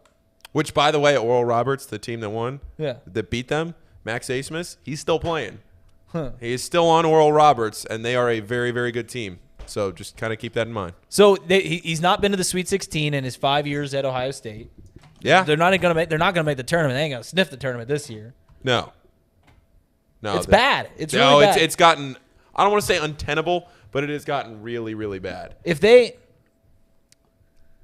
don't think he's going to be fired this year. Although he might have to be. If he doesn't get fired this year, his goals next year are very high for him to, or else he's going to be canned sooner. Well, yeah, and especially when you look at the talent that this Justice Ewing, Zed Key, Bryce Sensabaugh, who's going to be potentially could be a first-round NBA draft pick. Right. I mean, you are talking about a talented Ohio State team that now finally the computers and the metrics and Vegas is catching up to it, and they're still not covering. Because I was going to make them – I mean, my pick of the day won anyway yesterday with Northwestern, but I was debating between Northwestern and Purdue to cover against Ohio State, and I was sitting there and I was going, man, because I did the show on Thursday night, I'm projecting Sunday, and I'm thinking, I mean, this line could be like 15. Are they really not going to cover 15? They're going to get blown out. Yeah, every game. It's not even close. No. Not even been a sweat on their covers. No. Yeah. Bad. Well, the only thing about Holtman that you've brought up time and time again with Cal, because we've done the same song and dance with Cal before, right, is that he's got big-time recruits coming in. He's got 4 commits right now. You can look them up. 3 of them are in the top 50. You mean at Kentucky? No. At Ohio State. I'm saying the same analogy could be used with Cal, with Holtman. And the only other idea that I'd have about that as a concern if I'm an Ohio State fan is he has good players already. He's had good players in the past. Last year, he had 2 great players. Right. He didn't just have good players. He had 2 great players. He had a lottery pick. So it's not like Bryce Sensabaugh is a lottery pick this year. So at what point do you just say, okay, well, what's going to actually change? And like it or not, but Thad Matta's days and his days look vastly different. Right. Vastly different. And yes, Thad had some big-time players too. I'm not taking that away from Thad. Thad had some guys. But if you can't win with guys, lottery picks, then when are you going to win? That's my question. And you can say whatever you want about college basketball. I don't think you need a whole hell of a lot of time to figure out whether or not you somewhat belong or you don't. Genuinely speaking, I don't think that you do.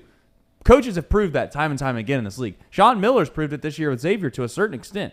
I mean, yes, he got some pieces, but at the same time, the team that he has and the team that last year that failed miserably down the stretch isn't all that much different. And the one guy they brought in, and the one guy they brought in was through the transfer portal from Sean. So it matters. Coaching, obviously, we're not breaking any news here, but how long do you give a guy before you're at a place like Ohio State and you're like, we're out of here, we're moving on? Because there's a guy named Mac, I don't know if you've heard of him before, that's just hanging around out there. He's not going to be there for much longer, in my opinion. He might not be there longer after this year. If you're Ohio State and you have a chance to go get Chris Mack, I think you take him. You go get him. Wouldn't be shocked to see Chris Mack go to Ohio State. I don't think he'll take it, but I think Notre Dame? Not Notre Dame. Georgetown. If Georgetown doesn't. Really? You think you would take Georgetown over Ohio State? Yes. You're nuts. Yes, Oh, 100%. brother. Yeah, I 100%. Why? Knowing Mac, I 100% think he would. I don't think he liked the pressure at Ohio State. Okay. I don't think he liked. Not to say Georgetown doesn't have pressure. You're saying you didn't like the pressure at Louisville, which is compared which is to a little. I don't think it's the same, but no, I don't. It's not the same. I don't think so either because Louisville has much higher basketball expectations than Ohio State does. But I just think Mac really liked the concept of being the show in town at Xavier with the basketball only. You go to Georgetown, you are the thing. You have the resources, everything. Yeah. Wouldn't shock me, but I think Georgetown tries. They should go the Pitino route, but you're high on Pitino. I'm high on Pitino. I think he has one run left in him. I agree with that. In fact, before UC hired Wes, people laughed at me. I thought they should go after Patino. I wanted that. That would have been awesome. God, that would have been awesome. That would have been awesome. Yeah. Oh. So, and I'm not out on Wes yet, but Neon Dion. But again, he's a guy too, like it or not. Wes Miller having if they had Dion and Patino, is that what you just said? Electric. Oh, it'd be the greatest coaching staff in the country. To forget Duke Energy, you wouldn't need it. Right. I mean, you literally just hook up some plugs over there to UC, and you'd have all the power you needed. Straight energy. Awesome. You wouldn't need anything. Duke Energy would actually go out of business in Cincinnati strictly if Patino and Deion Sanders was over there at UC. Yep. That was about a swagged out school. I mean, I'd almost just become a fan because it'd be too cool not to be. It'd be hard to root against UC football, which I don't. Obviously, I'm a Xavier fan. Yeah, you don't root against them already, but you're saying I'd hop on the bandwagon, I guess is what I'm saying. Right. Yeah.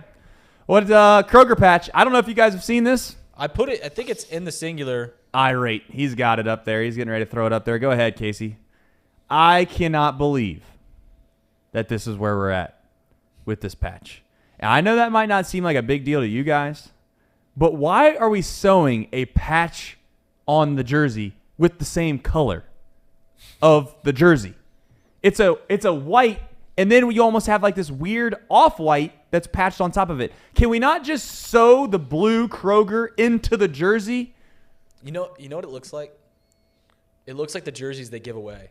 Yes, actually it does. It very much does. In fact, there's times where the jerseys they give away look better because they have a marketing team around it. Yeah. They have people that have graphic design skills that look over these things. They're like, well, if we're going to give away 40,000 of these, let's put our best minds to the task of it.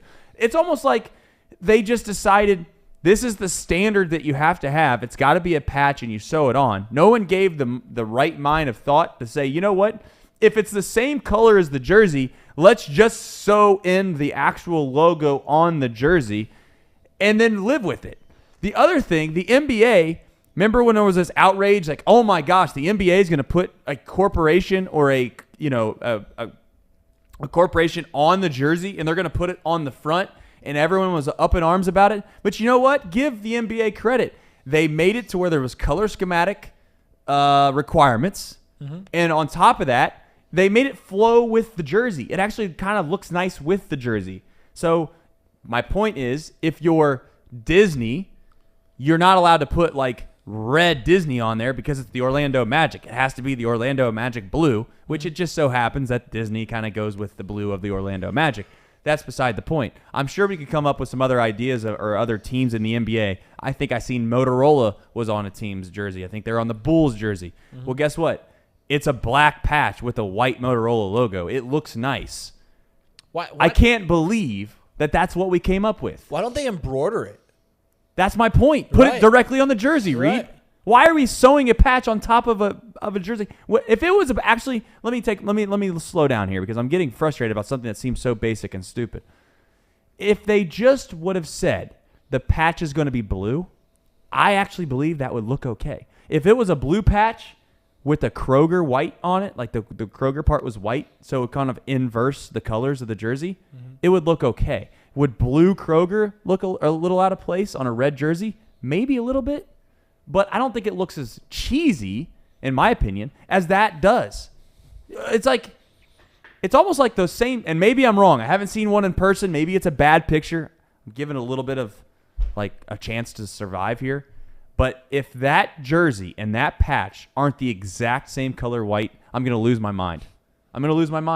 Could you imagine that? You know what I'm getting at here? Like it's just a little bit. It's like off-white. It's like no one thought about making it the same material. When my wife tells me to go to the store and get another gallon of paint and I bring back the wrong white, you're worried about that. I get that. Yeah. I mean, my question is, we haven't seen what it looks like with the red, full red jersey. So it might look even worse. Or the gray jersey. Is it going to be a white patch on a gray jersey? Oh. No way. It's going to cover whatever the color. If it is, I'm done. Well, I will not go to Kroger. Mark my words. And I know I'm not the only. I'm not going to be able to put Kroger under. Okay, Kroger just had the best sponsorship one could have with the Daytona 500 because their team won, and I was actually pissed that their team won because they ruined my jersey. And you know what? I hope Kroger goes bankrupt if they decide to put a white patch on the gray jerseys. If they decide to do that, I won't not go to Kroger. I'm not going to try to bankrupt them, maybe. Because I'm still going to go there because that's just what you do. Well, you know what you should do to bankrupt them. Never mind. You can't. You're not going to. Okay, we're barking up like you know what? What's the right term to use? It'd be like the guy trying to picket outside of Disney World. You're not, buddy. I got news for you. Disney World's going to survive tomorrow. It's going to do just fine. It's going to do just fine. Let's go buy some lottery tickets. I don't even know whose fault it is, if we're being honest. Just fix the jersey. If it's, just everyone say a little prayer. If it's a gray jersey, it can't be a white patch. It just can't be. If it is, you can't be a Reds fan. Nick Kirby, no way. It's on the Reds. There's no way it's they not do really that. on Kroger. Kroger is just supplying their logo. Whose fault is it? You want to get down into the weeds on this? Whose fault really is it? I do love that we are to the point with the Reds where we are arguing about a patch. It's Castellini. It's Castellini's fault. Castellini's. It's got to be. It's his. It's got to be his fault. He doesn't care. He's like, yeah, they're. He walked into the design. They show him like 8 different jerseys, and he's like, pick the worst one. Well, that one. Who cares? Where are they gonna go? and just walks into the next room. Yeah. Before I put Kroger on blast, I better make sure that it's actually Kroger. It might not be Kroger. It could be. I don't know whose fault it is. You know is it Major League Baseball's fault? You know what it is? Whose fault is it? The Reds asked Kroger, hey, can you send us a PNG file of your logo and we'll slap that bad boy on there. Just call it a day. I don't That's think what happened. there's no. I mean, you know what's crazy is I guarantee you, there is no short of 30 people that are on the committee to put that patch on there. I just can't believe that's what. You know how many email inboxes there's a design template of that jersey in the Reds front office? Yeah, there's probably 1,000. Yeah. You're probably right, Paul. That's where we're at. Tough. Do you guys, am I overreacting? I mean, do you think that looks good? Maybe a smidge. No, it doesn't look good. But I actually just wish they would put it on the jersey. It's hard to make sponsorship look good on a jersey. I really do think that. Have you seen soccer jerseys? I mean, yes, but here's the thing. Soccer jerseys are the point now. Football. To where they have to do that because there's not enough money in the league or the sport to be able to try to justify the ability to spend the money they do. So if there's a team that's going to get support, it's just like NASCAR. In fact, there's no better spokesman in the world. I realized this after watching NASCAR, and I mean this sincerely. The drivers the crew, whatever they're called, the crew chiefs. Crew chiefs. They are the most well-spoken, completely in the brain on the moment. The ability to be able to sponsor or rep all of their sponsors in a short amount of time, I've never seen something like it. I mean, you get on a... They wear like 40 of them, right? Well, not only that, but you get on a NASCAR headset, and they're like, yeah, this Kroger 43 today is looking really good. It's like, that's just ingrained into their ability is to promote whoever their thing is. But you know why? Because if it wasn't for those sponsors, the sport wouldn't exist. Well, I know someone in our group, and his name is Paul Frischner. He does a great job. He does getting all the ad reads. He's the best. We make sure we get our sponsors happy. Yeah. Blame it on Phil. Nice. I think Phil's taken enough blame for many things, but a lot of that on himself. Paul's car. Did he? What? Did I miss something? All right, so we get ready to flash this up. Don't flash it up yet, Paul. Me being the good friend that I am. Okay. And I know that you're constantly looking for new vehicle. Jackie's doing fine. Yeah, she's surviving. She's but doing great. if something came along. But yeah, if something came along. So I was scrolling through Facebook, and an ad came up, and I took a deep dive into a vehicle. I found one that is perfect for you. It fits your personality so well. Okay. It's got plenty of room. Perfect. What's the gas mileage? See, the gas mileage is where we might have a hiccup. Okay. What are you currently getting with Jackie? About 18. 17, 18. So this one's got some work to give. Okay. But I saw this and immediately thought of you. You thought this is Paul Frischner. This is Paul Frischner. Brandon, flash that bad boy up. That is a 2003 H2 Hummer. 140,000 miles on it. Yeah. Plenty of leg room. That's a selling point. Plenty of leg room for you. You show up to the highfalutin Xavier crowd in an H2, you're gonna be turning some heads. That's no true. matter where you go, you're gonna be turning some heads. That bad boy, the Xavier tank.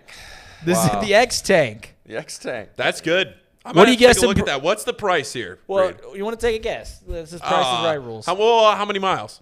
115,000 miles. 115? Yep. 2003 H2. So if it's got 115,000 miles on it, how many good miles do you think it has left on it? It's a tank, so like at least another 120. Perfect. Okay, I'm gonna say $25,000. 13.9. See, I just look at that system. 13.9. 13.9. You've got plenty of room, way below the budget. Way below. Way below the budget. There you go. Get you an H2. Thanks, Reed. You're welcome. I just Thank wanted you. to show you. Thank I you thought very of you. much. Thought of you. Thank you. Thought of you. I'm glad that when you saw the Hummer, you thought that's Paul right there. Paul Frischner. He checks that box. Yes. All right, fellas, we got to figure out and go around the room. I haven't looked at the system today. I'll dig into it here relatively quickly. Are there anything in the vault that we can be passionate about that we like a lot?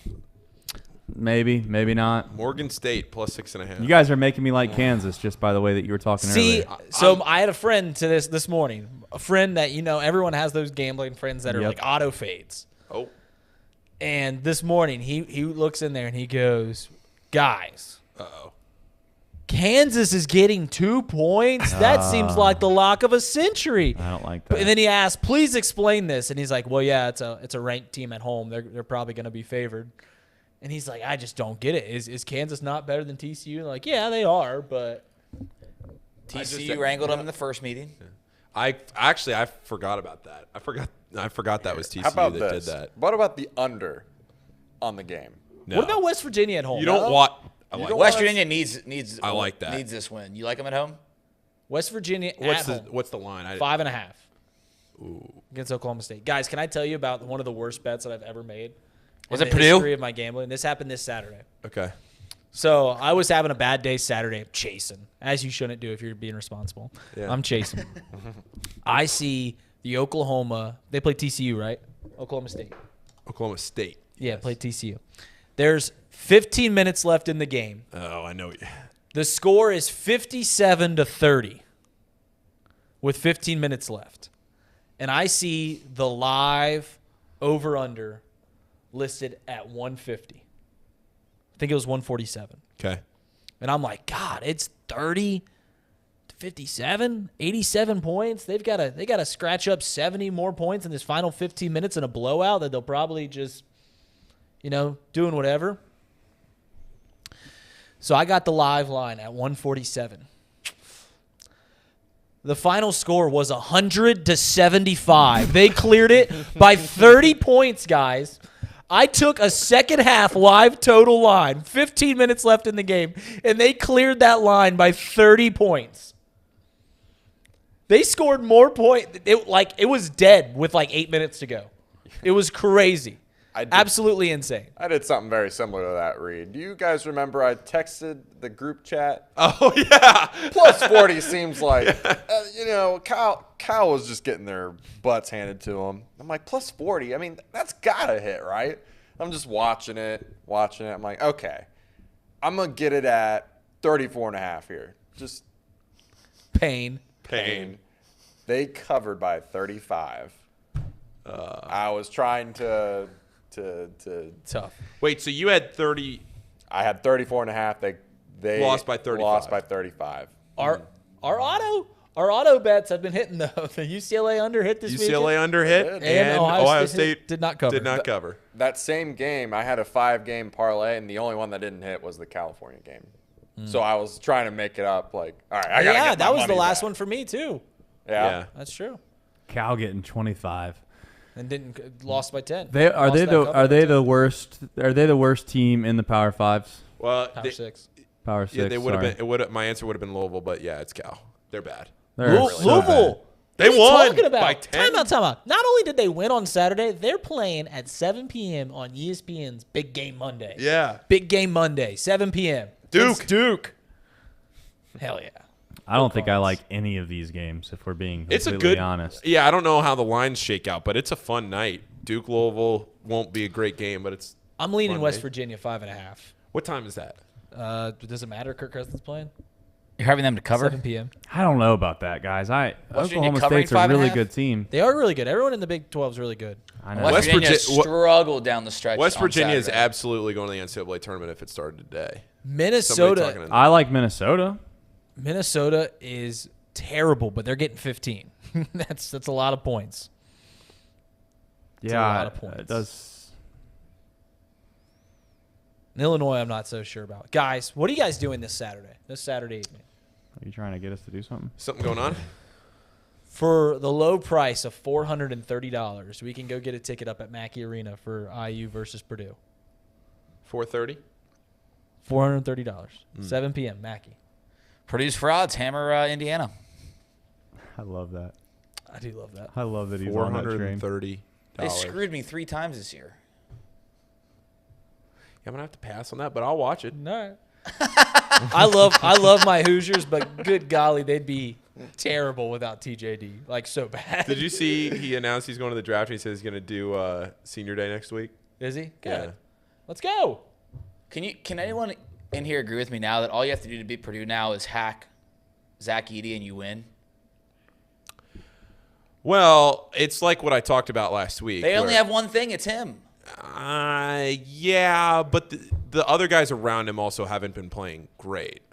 So there's been part of that. Like when those guys aren't hitting shots and spacing the floor enough for him to be able to do his thing. He gets flustered. He gets flustered when you get in his face, and it's over. That's okay. Boom Shakalaka says tease Illinois. What if we tease Illinois down to, what would that be, 8.5? Yeah. And then we tease Kansas down to 7.5. West Virginia money line and TCU plus 5.5 is plus 103.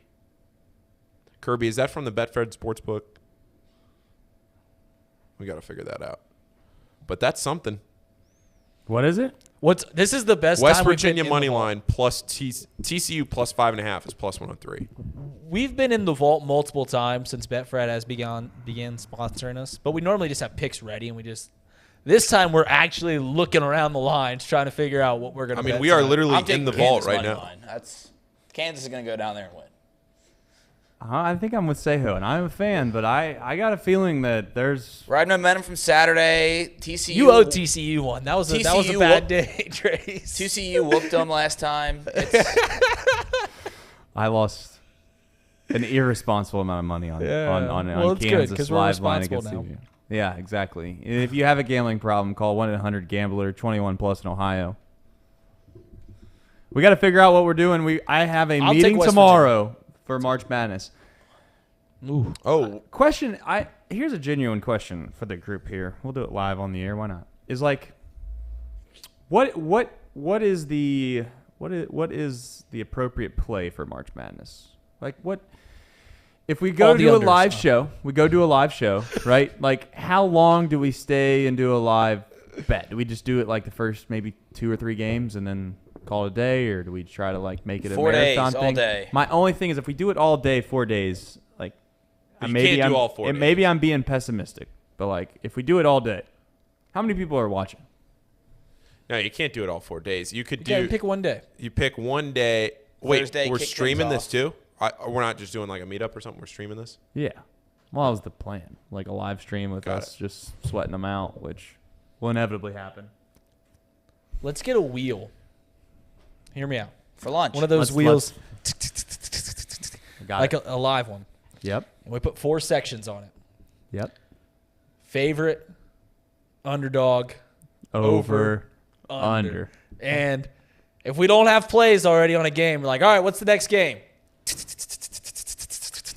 Running around, and that's how we pick it.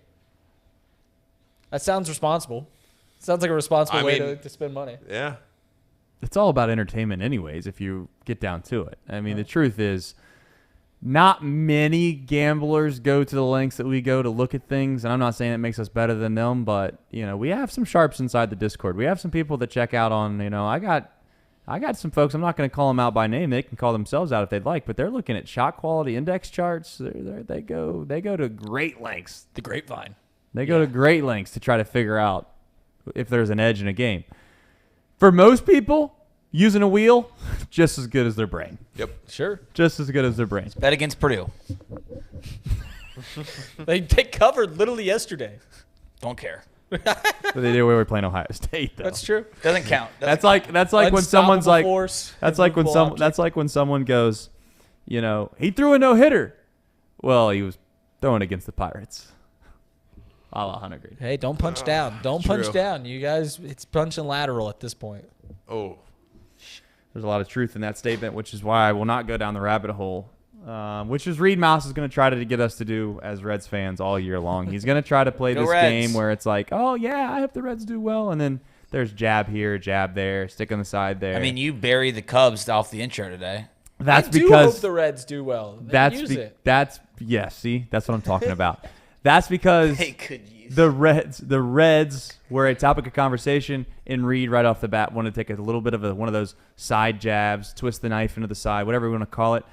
I hear them because I've been around this for years, to where now I know when he does it. For the novice person that's not really truly paying attention to Reed Mouse, they just think he's trying to be nice. He's not being nice. He's just trying to say he's something. He's a nice guy. There's never a bit. Reed, Right. He's a man of the people. He loves everyone. What are you talking about? Exactly. That's my Reed Mouse impression as well. That's how I talk. All right. Do we do the wheel of lunch anymore, or we just say that we go wherever we want to go? Is that what we do now? I don't. I know I've been gone for a while, but I am going to go out on a limb and say it'll be in the Discord later. I'm not going to give out an L pick. I do like Kansas though. I think that's going to be my play. Maybe I'm wrong. Mouse Cop, are you going to the Xavier game tomorrow? Because I'm coming. Oh, I'm going. I forgot you were going. He's like Dion. I'm coming. Let him know. Meet me at the Norwood Cafe for a Hootie Delight. Let's go. I don't even know Mouse Cop. Mouse Cop's. I have no idea who Mouse Cop is. He's just gonna wander. I mean, Mouse Cop has been a loyal listener of the chat and viewer of this show for 6 months. No idea who he is. I love you, Mouse What's Cop. Hoopy Hour? A Hoopy Hour. I don't know about Hoopy Hour, brother. Up until I think it's before a half hour before game starts. Up until a half hour before game starts, from when the doors open, it's like $2 beer or something. Up at the Norwood Cafe? No, down at the Consett. It's domestics. Down at the. You know what? $2 beers. Where? Okay, this is going to sound very pretentious. At Cintas. I'm about to say something very pretentious. Go ahead. That's what Xavier people do. I have no idea how the fan stuff operates at Cintas. Like, people ask me what the special is or the deals or how to park. I'm like, I've never. He's parked too big. for a He's game. too big for it. Mouse Big Cop, leaguer. Norwood Cafe. We rock $2 natties. I'm there. I was There gonna it go is. to, I was Okay, gonna go to that's what it Dana's. is. $2 natties. $2 natties. Xavier's. That's our second last home game tomorrow against Villanova. Villanova, yes. Is Taz going to be packed for that one?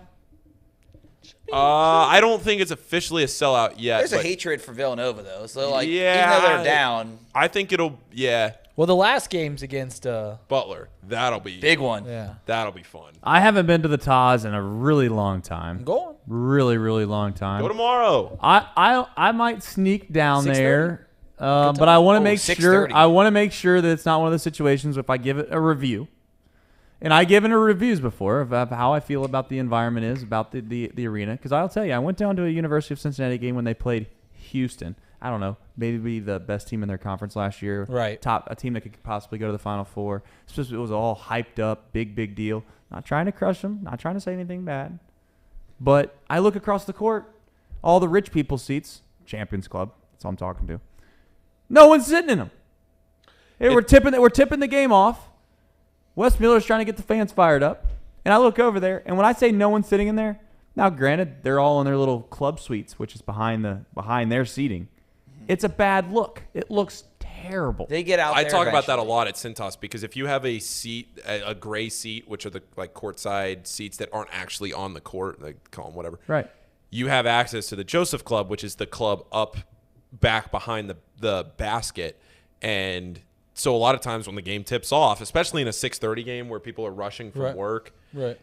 you know, you won't see the actual arena sold out until like the under 16 or the under 12 of the first half because everybody gets there at like 6:15 from work. They go to the Joseph Club, they get some beers, and then they come strolling down to the lower bowl by like the under 12 of the first half, and then from there on it's fine. Right. Yeah, if you go it won't be as raucous as like UConn or like when they're playing another ranked team because Nova is down a little bit, but if the game's good, it'll get in there. It'll get a little spicy. 6:30 games sometimes are tough, but it'll be good. That's tomorrow. And look, got somewhere else to be. Just remembered. Don't know if you know anything about the Big Blue, but oh yeah, they play Kentucky. They're gonna win. They play the mighty men of Moeller. When they win, we'd formally announce our bid to buy Malillos. Fair. We got to find a way. Price should be pretty cheap based off of the financial outlook of what I've seen so far on social media. Round the show up, Trace. All right. We're going to round the show up by doing Go to the Butler game. a wheel of lunch because Casey is prepared for this segment. It is the daily show of what are we going to do for lunch? Go ahead and run the wheel, Casey. He's already made the selections. As you can see, There's only 3 there's selections. 3. And they're not terrible selections, but I want to be honest. I'm not rooting for Canes today. So, rip it. I packed. And Canes is out. Go. Called it. Called it. Nice. There goes that. That's an easy way. If we go to Culver's, I'll go. I pack. Uh-oh. He packed. It's Ash Wednesdays on Wednesday, so this is Mardi Gras right now. Oh, is it? Tomorrow. Is that what you're calling it? Tomorrow's Mardi Gras. Well, guess what? We're going to Culver's. I mean, that is clear, decisive victory for Culver. I like the clapping that does at the very end. Yeah. It is February 20th, 2023. We will be in the Discord, I'm sure, later this evening trying to figure out what hard-earned money we are going to place on college kids that we inevitably will probably be disappointed in by the end of the night. Purdue doesn't play tonight. Oh, wait. Last thing. My auto fade. Kansas. He's saying Kansas? He's saying Take Kansas. TCU, Trace. TCU is the play. TCU, Trace. The hammer play of life savings. If I know one thing from the text I just got, hammer play. You know who I'm talking about. I know. Oh, we all know who he's talking about. I don't know. I maybe just sit this one out at this point, but I also know how my ego and my competitive nature will get in the way. I will certainly be wagering on Kansas tonight and rooting not just because I'm a fan, but to root and fight in my spite of my friends all betting the opposite team of my favorite team. And that will be me tonight. Besides Seho, he's going to ride the Jayhawks. I forgot you were on the Jayhawks. The only other concern I have is that Seho's been on the wrong side of the Jayhawks all year long. He's going back and forth, back and forth. It's a bad weekend. I was in Kansas at a wedding for a KU fan, and they were down like 18 at half. Thought I was good. I had Baylor +5. End of the ceremony, started hearing all these guys behind me start chirping. Oh, you see the score? Oh, yeah, let's go. I'm like, what? Look on my phone. Baylor lost by double digits. You deserve that loss. He went to one of his friends' weddings, guys. That was a Kansas fan. Yeah. And decided on his wedding day, on his wedding. biggest day of his life, that he was going to fade his buddy's team, and it burned him. Do you hate your buddy? Why do you No, hate he's him? a great man. He's married now. It's perfect. Great man. Were you doing a bit? No. Now, it's because I say tired more because I'm around Trace. I talk like that because I'm around you. There we go. I'm smarter now because I'm next to Casey. Here's what we're going to do. How I many like people do we Xavier have because I'm watching? next to Paul. We got enough? All right. I got an idea. There's 32 people watching. We're going to bless them with something.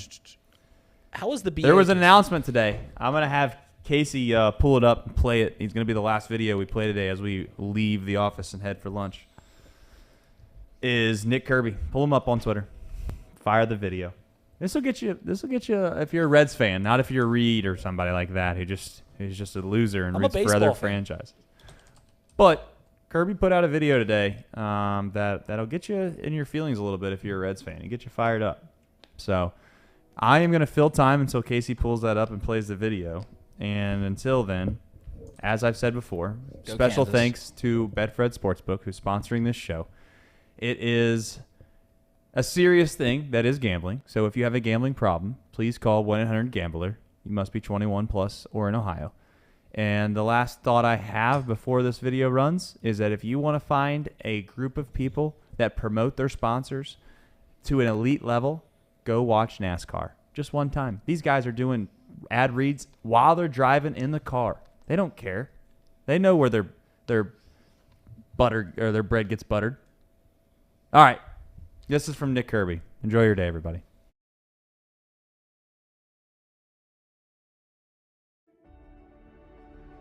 What made you fall in love with the Cincinnati Reds? Was it an afternoon at Crosley? Was it a wild pitch that won the pennant? Perez and Morgan's heroics in Game 7? Pete's hit? Johnny's last trip around the bases? Or Benzinger backing and calling? For me, that moment was a Mark Lewis pinch hit grand slam in the 95 Division Series. And my love grew even stronger watching Barry Larkin redefine the shortstop position in his Hall of Fame career. I lost touch for a bit in the early 2000s, but a young prospect brought me back on a rainy night at Great American Ballpark. And a few years later provided me with one of the best nights of my life. I have 2 kids of my own now. I sometimes wonder what that moment will be like for them. Will it be a Tyler Stevenson clutch hit? Jonathan India playing with reckless abandon? Or one last curtain call for number 19? Will they be in all of Hunter Green's fastball? Or mesmerized by Nick Lodolo's breaking ball? Or maybe the moment for them will come from someone we haven't met just yet. Times haven't always been easy, but this is my team. They represent the city that I'm proud to be from. And that's why this season, I'm joining Chatterbox Sports. We want to provide a community for the diehard Reds fans. A place for fans that dare to dream, that dare to believe that good days are coming.